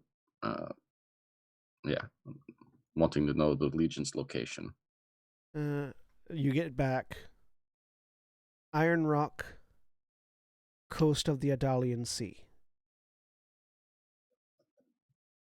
Which would be the west side of Desolation. Yeah, so that would put you. Or sorry, east side. That would put you here. You know where the Iron Rock is, Ithram. Yeah. I will ask them if they know where the Iron Rock is, or if that is like a thing that only we use, or the Iron Rock wouldn't be on the channel. It's much further north. Okay. Yeah, you can the channel's this area here, whereas that's all the way over there. Yeah. And then the Adalian Sea. Right the Adalian Sea is the inland, the sort of like the part that almost cuts off the peninsula, or that makes it a probably peninsula. Will, given a few more centuries. So basically, we just want to go straight north, just straight across. Yeah, basically, from where Grifftop is. You might want to go a little bit further, a little bit. So Grifftop is right here. Yeah. Here, yeah, it's this section right here. Oh, yeah. You might want to go a little bit further to the. Oh, to go to this inlet. Yeah, you might want to go a little bit further west. Further overland. I think west or east. West is left on the map. Yeah, west. I want to go a little bit further west because there is a little bit more of the channel curves up into a little bit further inland, but that puts you closer to you would actually be getting off in the Umbral Forest. Okay. The Umbral Forest, I will use green for this. The Umbral Forest comes out to here. It basically occupies this section. I did that is blue, not green. I don't know why I picked green and it went blue. That's okay. It might be easier to travel through the forest though, or the Desolation or not. there were individuals at that auction that were that's right. from the Umbral Forest that were talking I'm bad at geography. Of expansion. And somebody, me being connected to a legion inside their lands unannounced and uninvited, may cause problems for the legion. Okay. So we'll just go straight across. All right, we'll drop you off straight across then. Takes a few hours, but eventually they throw an anchor down, and you are anchored at the bottom of the cliff. All right. This is where we go up. Yep. Gent starts walking up. I'm gonna turn into something that can climb. Hang on. Or you could turn into something that can fly. Fly. I'm gonna turn into a fly, the giant fly again, because I like that form. You just get from Finn, you just get, holy shit! Hover. Who's climbing on the fly? Aldeth will climb onto the fly. Also, Kalerna, you just watched Tanya turn to a giant fly. Yeah. That is not the strangest thing that Titania has done in the time that Kalerna has known her. So I feel like our recent escapade broke all expectations of what Titania might do. Perfect, it's working. Go up, How drop long you does off, go does back it down. Or Kalerna is, God damn it! What is it with me today? Kalerna is climbing the wall. All right, give me an athletics check. Yep. I'm gonna stay near her just in case. So it takes you about 30 minutes to fly up to the top of the cliff. Okay. Okay. All ass cliff. Yeah, I'm not gonna. Ithram's not gonna wait that long. It only takes a minute to cast Dragon Pack, so he's gonna get himself a dragon to ride up to the top. Gets walking, and he's like, this might not have been the best idea. Keeps walking. This looks up. I see flies going by, people flying on dragons. Well, Ithram's gonna stop partway through. He summons a brass dragon, and what size of it was it? It's a young brass dragon, so it's large. Okay. Yeah. No, I know. another holy shit from Finn. Yep. And when we catch up to Kalerna, would you like a ride, Lady Kalerna? At the pace that you're climbing, I'm not one to diminish exercise or personal goals you may have. This is quite the feat. This is now a personal goal. So you climb at half speed. So you're climbing at half speed. Yep. What's the fly speed of the fly, Titania? The fly. Let me double check. I don't know off the top of my head. Giant fly. I think it was something 60 feet. Yeah. So 60 feet times 10. You're moving, yeah. Times. 600. You're moving 4 times my speed. Yeah, I'm real fast. Okay, it does not take you a half an hour to get up there. Oh, good. It takes you about. It actually only takes you 3 hours. No, it actually only takes you. It's so the cliff face is a little over 3,000 feet up.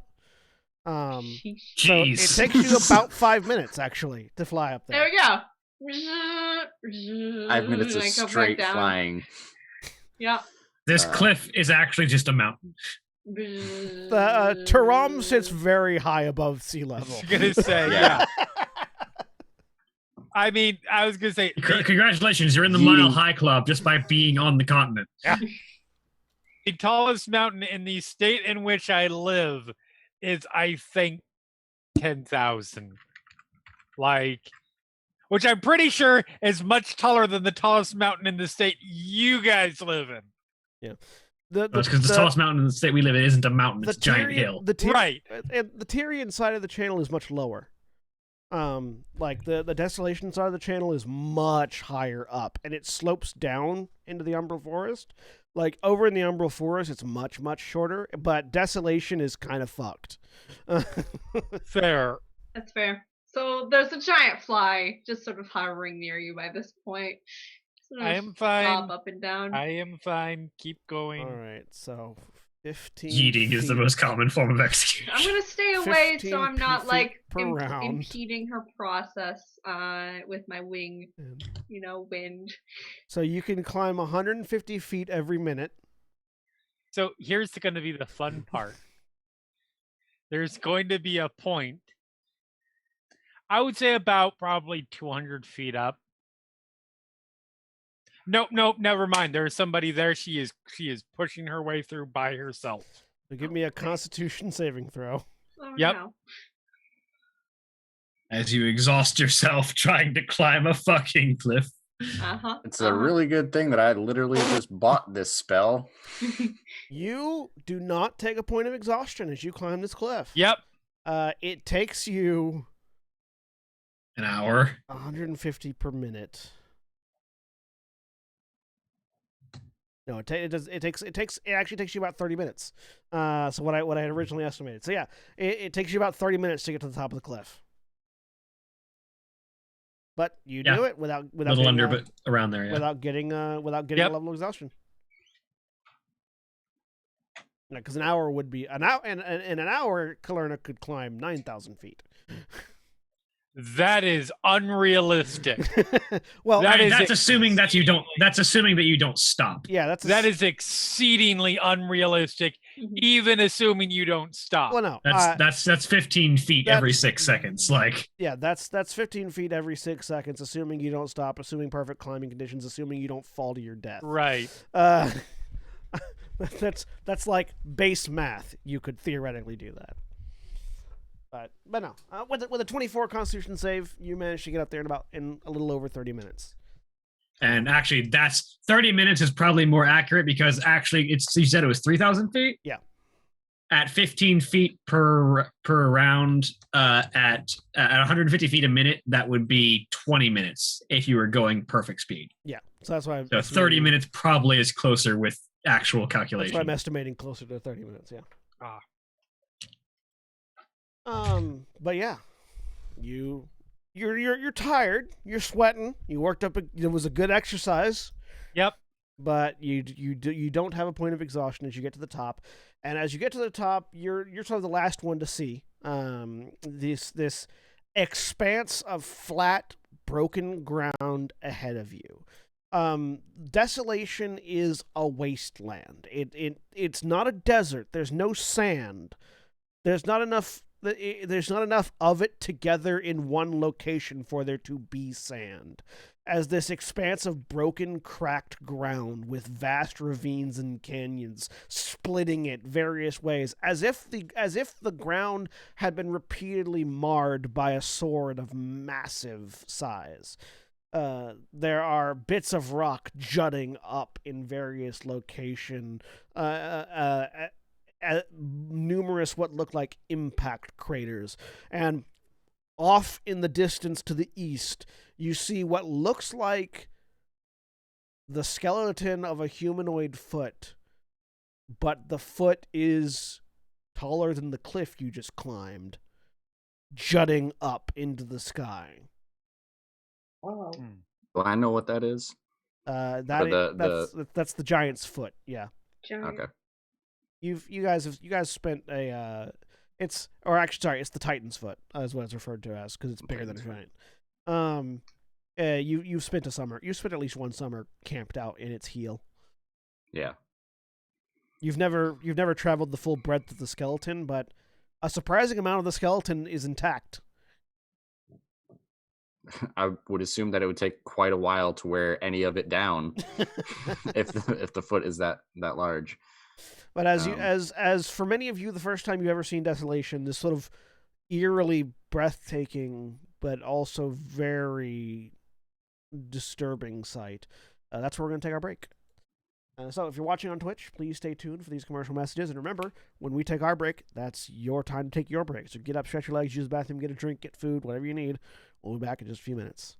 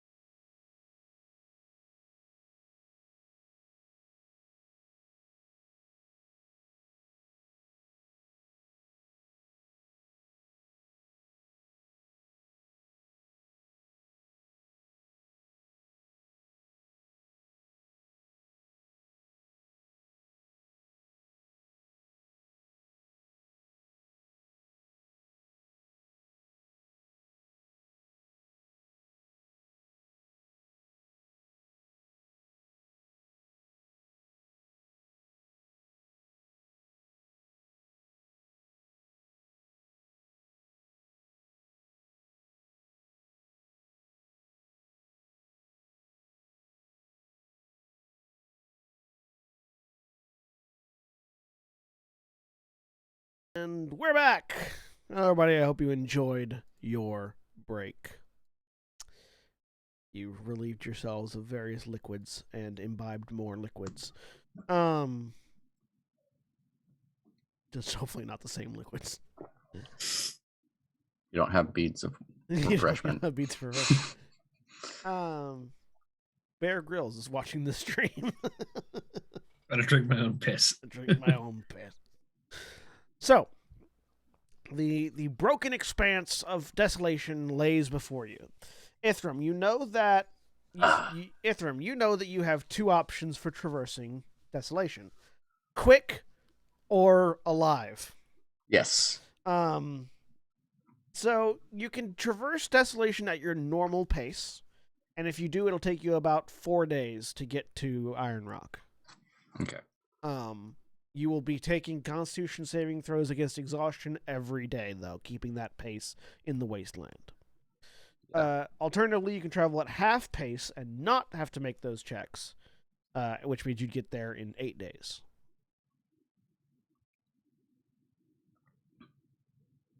Okay. This is your field. What you recommend? Yeah, there is no rushing this. Rushing is, and he points to the giant skeleton titan. The giant? That will be the end result. You will be that on a much, much, much smaller scale. Okay. When all this, if all this, I don't know how to describe it. This business slows down a bit. You may actually like to investigate that place, Titania. Yeah, it looks pretty cool. I've been inside the heel. Whoa. You can go inside? Yes. That bit at least. I haven't been inside anything else. Let's start moving slowly then. Yes. Oh. How long is it going to take? A little over a week. Tomorrow we might be able to start moving faster. I don't have it prepared today, but I can turn us all into the wind. That would be very helpful. You have wind walk now, yeah. I do. How long and it's literally in the traveling spell. How long does wind walk last? 8 hours. Yeah, no, that's a good traveling spell. Yeah. It is literally designed for traveling. It takes forever to stop being a cloud until the spell ends. Yeah. Just don't use it to fight dragons. No. Anyway, no, I can. I'd like to see what it looks like though first before we start, zooming past everything. This is interesting. So let's walk for a day slowly, take care of to not exhaust ourselves, and then in the morning we can travel as clouds. Yes, it is very rigorous terrain. Right. This way. And as we begin traveling, I'm going to cast Sending to my mother again and let her know we've made landfall. We're beginning our travel. We're south of the Titan's heel. So you're south west of the Titan's southwest of the Titan's heel. Should reach Iron Rock within a week, probably. Yeah, within a week or more. Or within a week. Watch for Tusk Raiders. Do you want Outriders sent for you? You know the Tusk Raiders are a particularly violent legion that apparently is occupying the area that you're going to be traveling through. Okay. You said we can... And Outriders would be scouts from the legion. Yeah. That could come meet you. Do you know how, as we're traveling, do you know how far we'll be able to travel with this spell of yours? Oh gosh. While in the cloud form, you have a flying speed of 300 feet. 300 feet for 8 hours. Real fast. Yeah. Real fast. You are the fair. wind. You could have We gotten. do God, the know- wind. Sorry, Jeremy. I'm just making a dumb joke. Yeah. To be fair, we do know that the Tusk Raiders are easily frightened, but could return in greater numbers. Not Tuscan, right? Yeah, you could have gotten across the channel with that. Yeah. Shoot, I didn't think about that. Anyway, Yeah, we got a way to get that's- back. I mean, what's funny is 300 feet is like just over 30 miles an hour. Yeah, you have the power of a yeah. strong wind to Yeah. fly with. Yeah.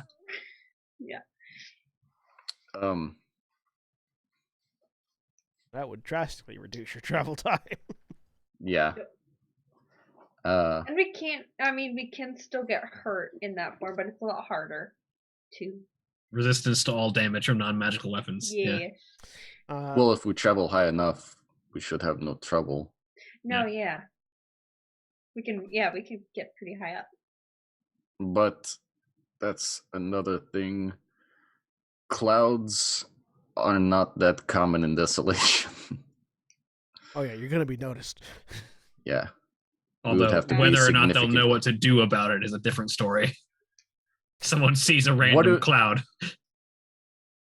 Yeah. Well, I mean, that's the thing. Like, Ithram has shape water. You could drag clouds down if you have the right wizards. Stay 300 feet up. It takes 6 seconds to get 300 feet up. Yeah, and there's no limit on like how far up you can go. Yeah, no, you do know that if anybody spots you, they would definitely be suspicious because that's not normal. The fuck is that? Wind's blowing Shoot that it. way. Clouds Shoot are it. going that way. Shoot it. Shoot it. And like that would be the next 3 sentences basically. Yeah. I mean, we'd We'd be moving able pretty to. fast and- Yeah, we'd be able to skip them fast enough. Yeah. and also the thing about it, like even when the spell ends, you don't just fall. Like it's actually written into Windwalk. When the spell Yeah, ends, if no. you're in the air, you feather fall. Yep.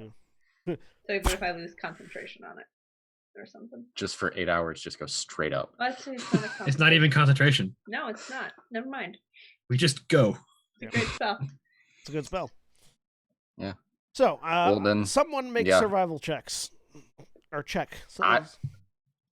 I'll do hold that. on I just got a a plus second. 8. I will cast Enhance Ability. I will not do that. I have a -1. Oh boy. I have a +3, so I will let Titania handle surviving. Let your druid Yeah. survive. I'm from here, but I get turned around real easy. That's why I hired a guide. Oh, Or that's why I left from the Legion when we were near a city. that's fair. So I get advantage. Yeah, I cast what's it called? The one. Owl's wisdom. Owl's Yeah. Wisdom. 25. 25. So you managed to keep the group, moving through, moving with obstacles around you, so that you're trying your best to not be visible as you move. Mhm. There's not a lot of cover. Most of the cover is dipping into cracks that seem to fall forever. Whoa. So Yes. Be careful. so it's very, you don't want to you don't want to slip and fall. However, you do manage to avoid the attention of some very large things. As Okay. you're traveling, you see off in the distance this large two-legged lizard. It's like some two-legged lizard creature, Yes. with a big thick tail and a massive head with biting jaws, and teeny tiny little arms. I can turn into a T-Rex now. You do see a T-Rex. Yes. Perfect. It's Excellent. fighting with a crab that's the same size as it. Beautiful. Beautiful. Giant Nature. enemy crab. Like it's just The this wonder of nature. huge crab versus a huge T-Rex, just going at it off in the distance. Also, I don't think you can turn into a T-Rex because it's CR8. Oh. Polymorph. Come in. No. Polymorph. But T-Rex versus giant crab coming to a Roger Corman film, there's kaiju noises in the background. or a Roger Corman film, or Oh yeah, no, I could turn someone else into a T-Rex. Because that's by your That is Level. 100% a sci-fi original. Yeah, Absolutely. I can't turn into one directly, but Well, you can't wild shape into one, but you can polymorph into one. But yeah, cool. you definitely see a large variety of lizards and like hard-shelled creatures throughout Desolation as you travel for the day. Cool. Not all of them are huge. Most of them are large. Very few of them are medium or smaller. Wow. Cool.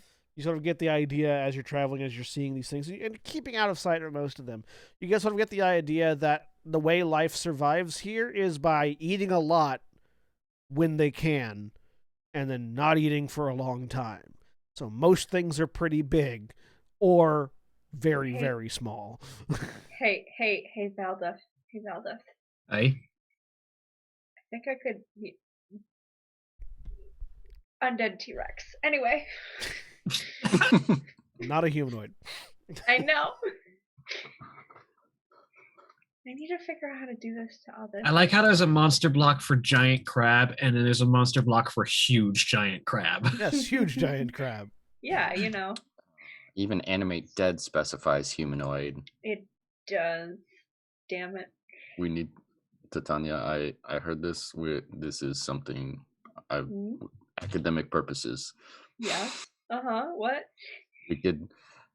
We could try to figure something out to reanimate something of that size. That would be. That's gonna be what if Titania ever gets a wish spell. Yeah. That's what she's gonna use her wish on. Yeah. You have one wish. We need to save. Insert. I want an undead T-Rex. Well, we know what Titania would use her wish on, that you could spend every day in the same place. No, she's not going to do that again. I'm not so sure that she wouldn't. We also have to be aware of the spell that you would want. The ground. The spell that you would want, by the way, would be negative energy flood, because negative energy flood does not specify the target has to be a humanoid, just a creature. Oh, is that a druid? I don't get it. I'm done with all my circle spells or those things. Yeah, it's a warlock and wizard spell. Ah. Also, a target kill just becomes a zombie, like stat monster block zombie, so your giant T-Rex becomes a CR 1/2 zombie. I think there is a specific zombie or T-Rex CR 1/4. stat. There is, but it's from Tomb of Annihilation. Like, I would argue that physics alone means that the T-Rex has more than, like, what is it? 18 hit points? 22 hit points on a zombie. Great. Yeah. Yeah, like negative energy flood and finger of death don't care. No. Finger of death cares if it's a humanoid. Negative energy flood doesn't, which is kind of weird. The finger of death is a 7th level spell. Negative energy flood is a 5th level spell. Well, also negative energy flood, you don't get to control the thing. Yeah, also No, that's just, fair. It's just a zombie now. You want negative energy flood and then control undead. That's what you want. Is control undead a spell? I believe it is. Okay, I don't have that one. No, that's just something that a necromancy wizard can do. Ah. Anyways, Titania makes that comment. And then we continue. Yeah, Finger of Death is how you slowly create your own zombie army, because the zombies from Finger of Death are permanently under your control. You don't have to use Animate Dead to keep making them serve you again. You, mine. Yeah. T-Rex, I choose you. Our wizard just keeps going out at night, and people keep disappearing from the towns nearby. Yep. Anyone gonna investigate that? Technically, no. my fungal infestation stuff is. Wait, no. Well, I can't do it on a T-Rex because it's too big. But a fungal infestation is beast or humanoid. Small. It's the nice. limitation is size. Nice. So. I mean, it makes sense that the druid would be able to make zombie animals. Yeah. Yes. Zombie beasts. Anyways. Yes. So eventually you get to a place between a small, like it's sort of like in a small impact crater of rocks. There are rock and then a hard place. There's definitely rocks and hard places on all sides, where you can sort of bunker down. You don't have cover above you; you have cover around you. Okay, I think this will work. Good place to stop. And I'll cast. Ithram, you know that it's going to get freezing in about 5 minutes as soon as the sun goes down. Yeah. Let's see.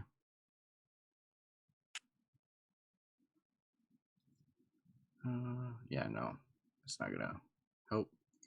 I was gonna say Mordenkainen's private sanctum, but that doesn't do anything other than, yeah. No, Liam's tiny hut is the spell you would want there. Yep. Only he had it. You're not a utility wizard. What is Mordenkainen's private sanctum for then? Anti-espionage. That's how you make an entire camp secure. Wait, you have Liam's tiny hut is how you scout behind enemy lines. Yeah. Do I have? You have your like floating disc thing, right? Yes. I can turn all this rock into mud, or some of it. We could like it down to make like a little bit more shelter if it's gonna get that cold. Okay. That should help. You're gonna make a mud hut? Yes. Pretty much. Give me a if you could. Give me a survival check with advantage, because you can do it mechanically. It's just about forming it at this point. Yep.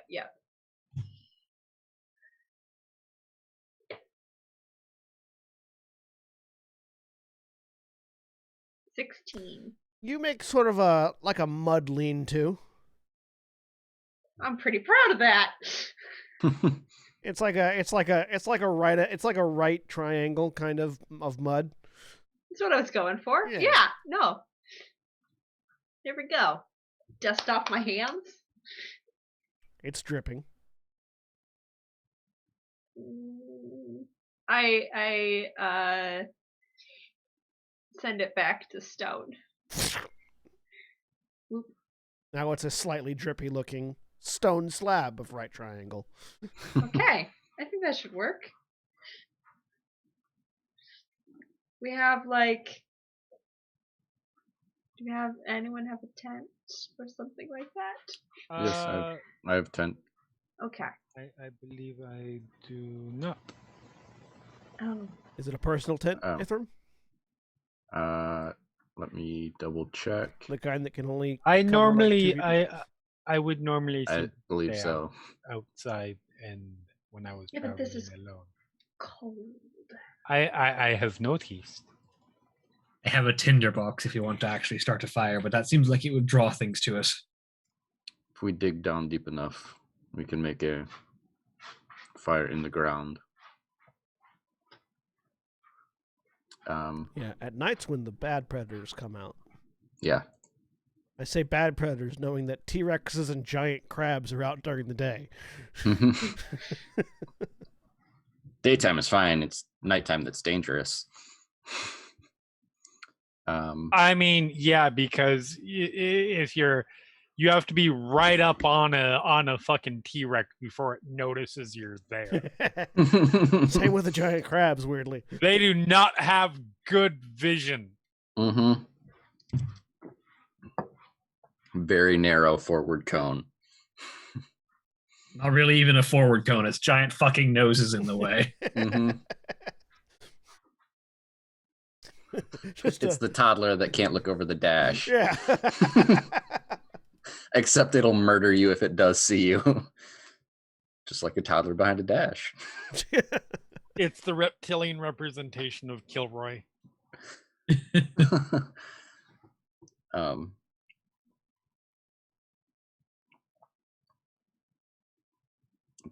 Can you use that spell to excavate a bit below us? Well, it just turns the rock into mud, and then I mean, I can't move it with this. There's other spells for that, but I didn't grab those ones. I just thought this might be useful. Do you have control water or something like that? Yes, I do. There we go. Then you can like sort of like sploosh it out. I don't know. Maybe. Well, funny thing is, I'm sorry, this might be a language barrier thing. What is squoosh? Sploosh. So What you is? know. Oh, skloosh. I still don't know what that is. it's an onomatopoeia for the sound of moving water. Sure. As I use shape water to water bend stuff out of my water skin and then back into the water skin. With a skloosh noise. Yep. Yeah, no, Certainly I'll more try of a that. squick noise, but I mean, like splashed and yeah. Well, funny thing is, ice is actually very good at keeping heat in. Funnily enough, I don't have any ice spells right I do. 1 minute. He grabs his Crystalline Chronicle and swaps out one of his spells. Ice is actually a very good insulator. It actually holds heat in because ice takes a lot to melt. Funnily enough, it'll do it slowly, but You don't get a lot of ice until there's not a lot of ice in Desolation either. Yeah. So if we can... they're saying you mentioned being able to pull water out of the air. If you can pull water out of the air and turn it into ice, make an igloo. No, I have a spell that I actually learned from Valmaroth's spellbook that I could use. Okay. Now use Wall of Ice to close up the TP or the lean-to. Just Yeah, just like semicircle around it. You can organize it. So yeah, this large wall of ice springs up. how long does that last? Oh, fuck. Not very long. 10 minutes. Also concentration. Yeah. I mean, that'd work for a while, but at roughly this point is when the sun dips below the horizon, and almost immediately the wind blows and you all begin to shiver. well, with the ice wall in the way, not so much. But It's not cold. for at least 10 minutes. we're shielded from the wind. Yeah. But like if you step beyond the ice wall, like instant, and if you're on the wrong side of the ice wall, like instant cold. The lean-to isn't helping, really? No, the lean-to helps a little bit. The lean-to helps shield Okay. you from some of the wind, and the ice wall is helping shield you from the rest of it. But once the ice wall is gone, you will basically be in a trumpet. Yeah. If you have, unless we just start digging, we have about 10 minutes. If we can get down, and then you can shape this, pointing to the stone lean-to, down and enclose us underneath the ground. That should help. Yeah. No, Do you I have can any? help. Okay. You also know, Ithram, that the wind in Desolation at night has a tendency to change direction very rapidly. Yeah. So let's you dig a little bit further down. I'll turn into something that can burrow, something large that can burrow. Giant badger. Yeah, probably that. And start kind of digging down. Yeah, you can only burrow at half speed because this is rock, not dirt. Mm-hmm. But you can start digging a little bit. Okay. Yeah, I'm going as fast as I can and basically trying to get down. As you're digging, your sensitive burrowing claws feel the ground rumble. Like something at a distance. Mm-hmm. Something very large at a distance is moving through the ground. Did it seem like it responded to No, it doesn't my seem like digging? it doesn't seem like it's responding to you. Okay, it's like just something. you're there. feeling it because you're digging. Okay.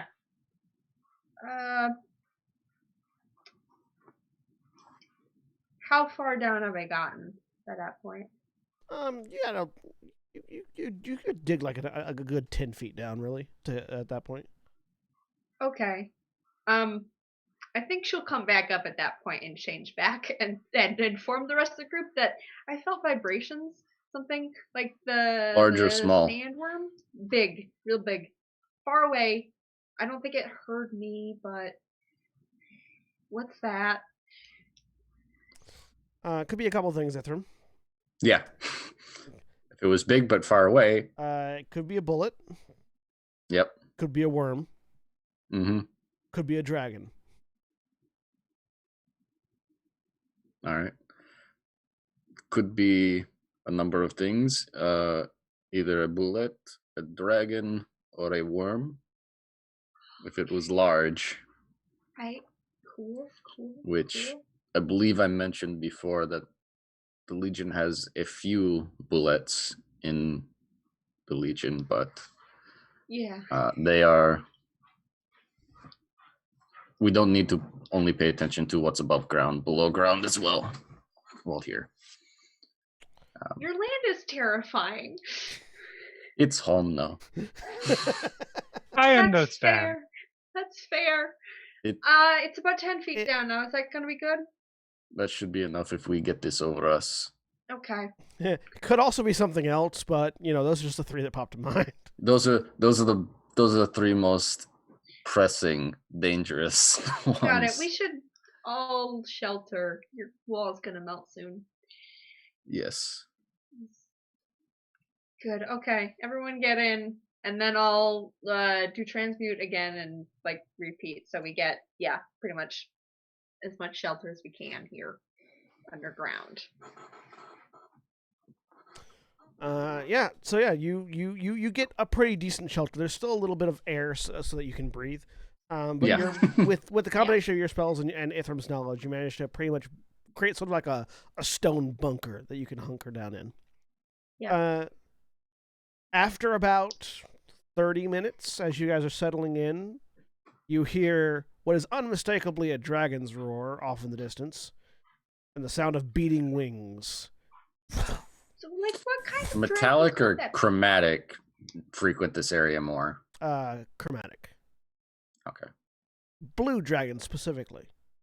Yeah. You actually know there is an ancient blue dragon that claims calls this area home. That claims the entirety of Desolation as its home. Yeah. Well, that answers that question. He says quietly. Might be part of that dragon's brood. Mightn't be that dragon. You don't know. You're not outside, which is a good thing. Yeah. I'm not going to peek out from underneath our safe little rock either. The blue dragon tends to leave the legions alone. The legions tend to pay tribute to the dragon so that it leaves them alone. Mm-hmm. But you're not in a legion home right now, so.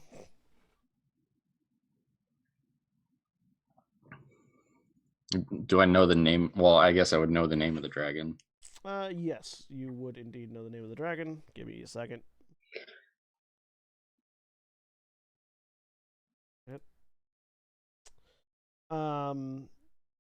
This is Azurth is the name that you are aware of. Azurth. Okay. You don't know his full name.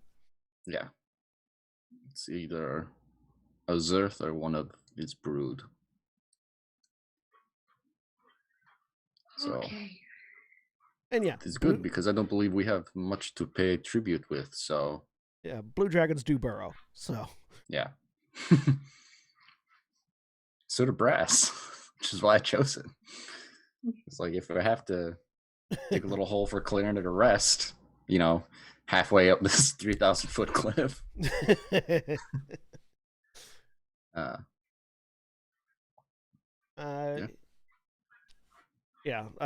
Azurth, also known as the Azure Desolation. is their title. Because the last legion that didn't pay tribute to them turned to glass. Because that's what happens when lightning strikes the ground.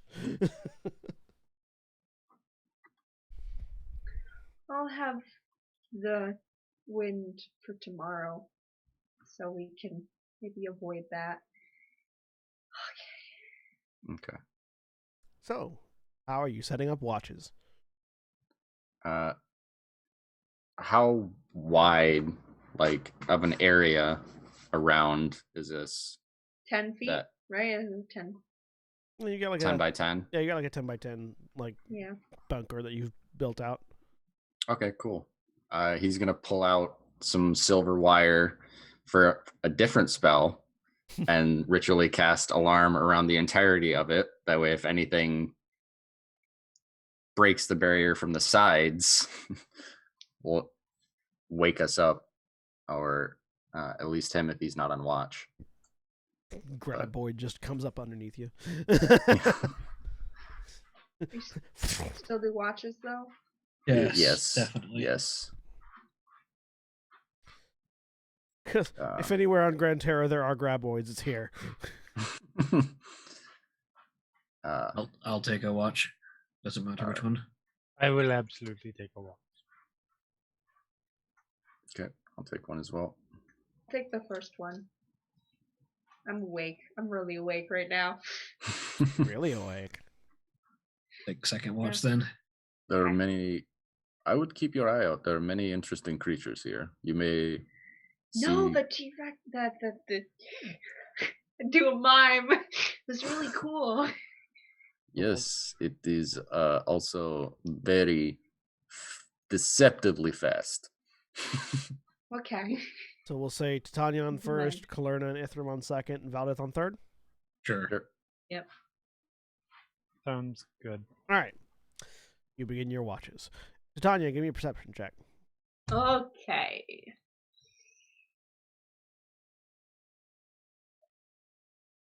$19.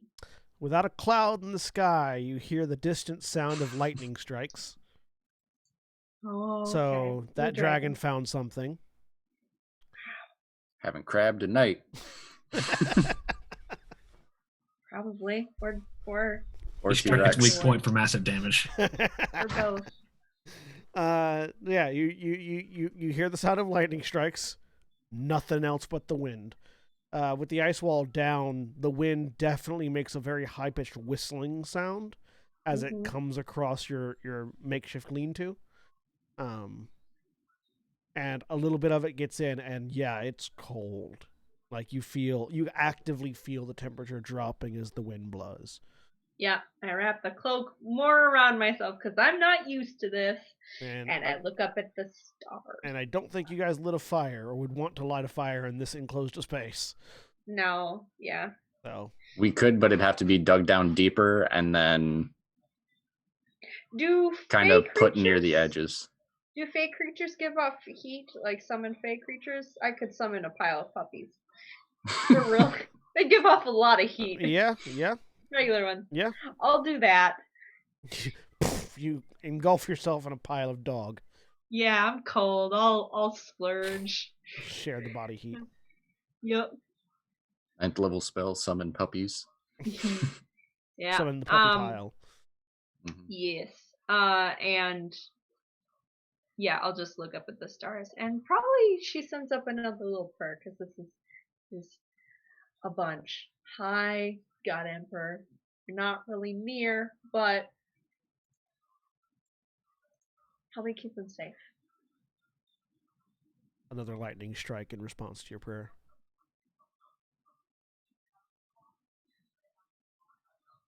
And then I'll just curl up with my puppies and wait for the end of the watch. All right. Second watch. Kalerna and Ithram. Perception checks. I cast Enhance Ability on myself because I'm shit. Natural 20 for 21. Nice. 11. All right. But I can see further. You can definitely see much further than Ithram can. Yes. Yeah.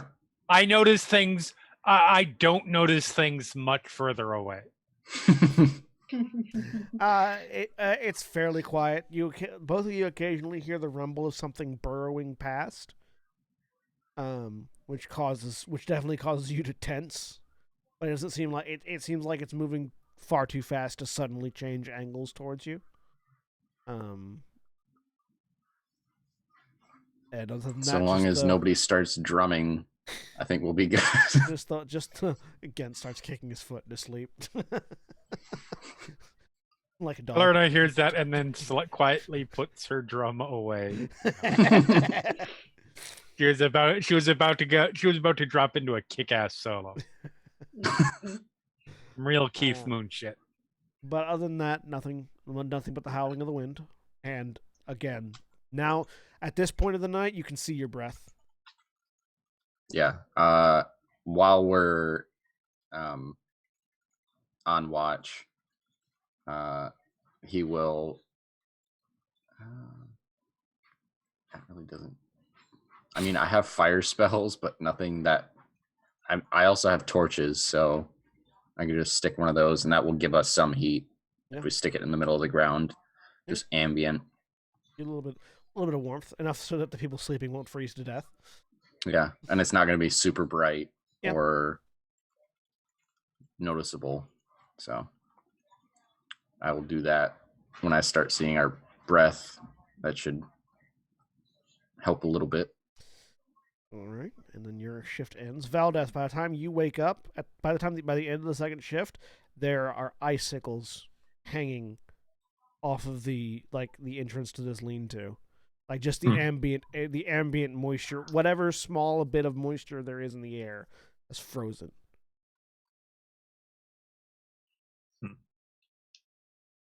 And even with the torch, it's freezing in this place. I'll keep steady supplies of torches going, however long we need. All right, go ahead and give me a perception check, Valdeth. 22. Right. Nothing but the wind. Fortunately, you keep at least some level of heat going, so nobody needs to make Constitution saving throws. Because if you spend the night without any heat, you make Constitution saving throws against frostbite. But the morning comes, the sun crests, and instantly there is a warm wind that blows in and begins refreshing you from the cold night. It's not going to be very long before that heat becomes oppressive. And with the warm breeze actually wakes the rest of you up because the sudden temperature bones shift. Feel cold. Well, they won't for long. Soon they'll be very hot. Are we going into ice possibly too? We didn't think this through.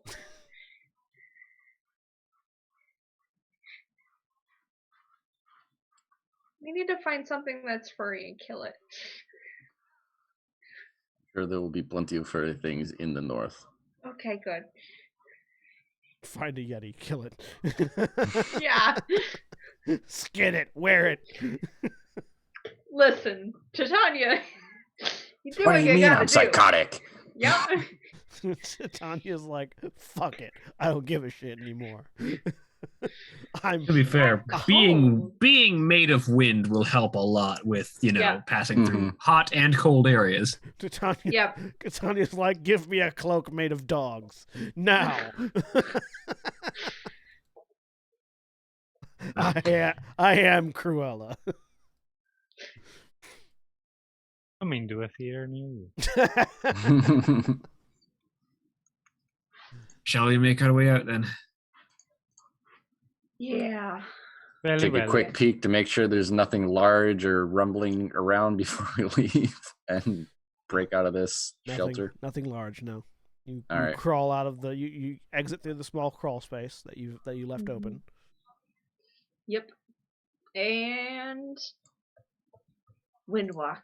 All right. Well, it takes you a minute. Yep. How do you cast windwalk? Where's your holy water and fire coming from?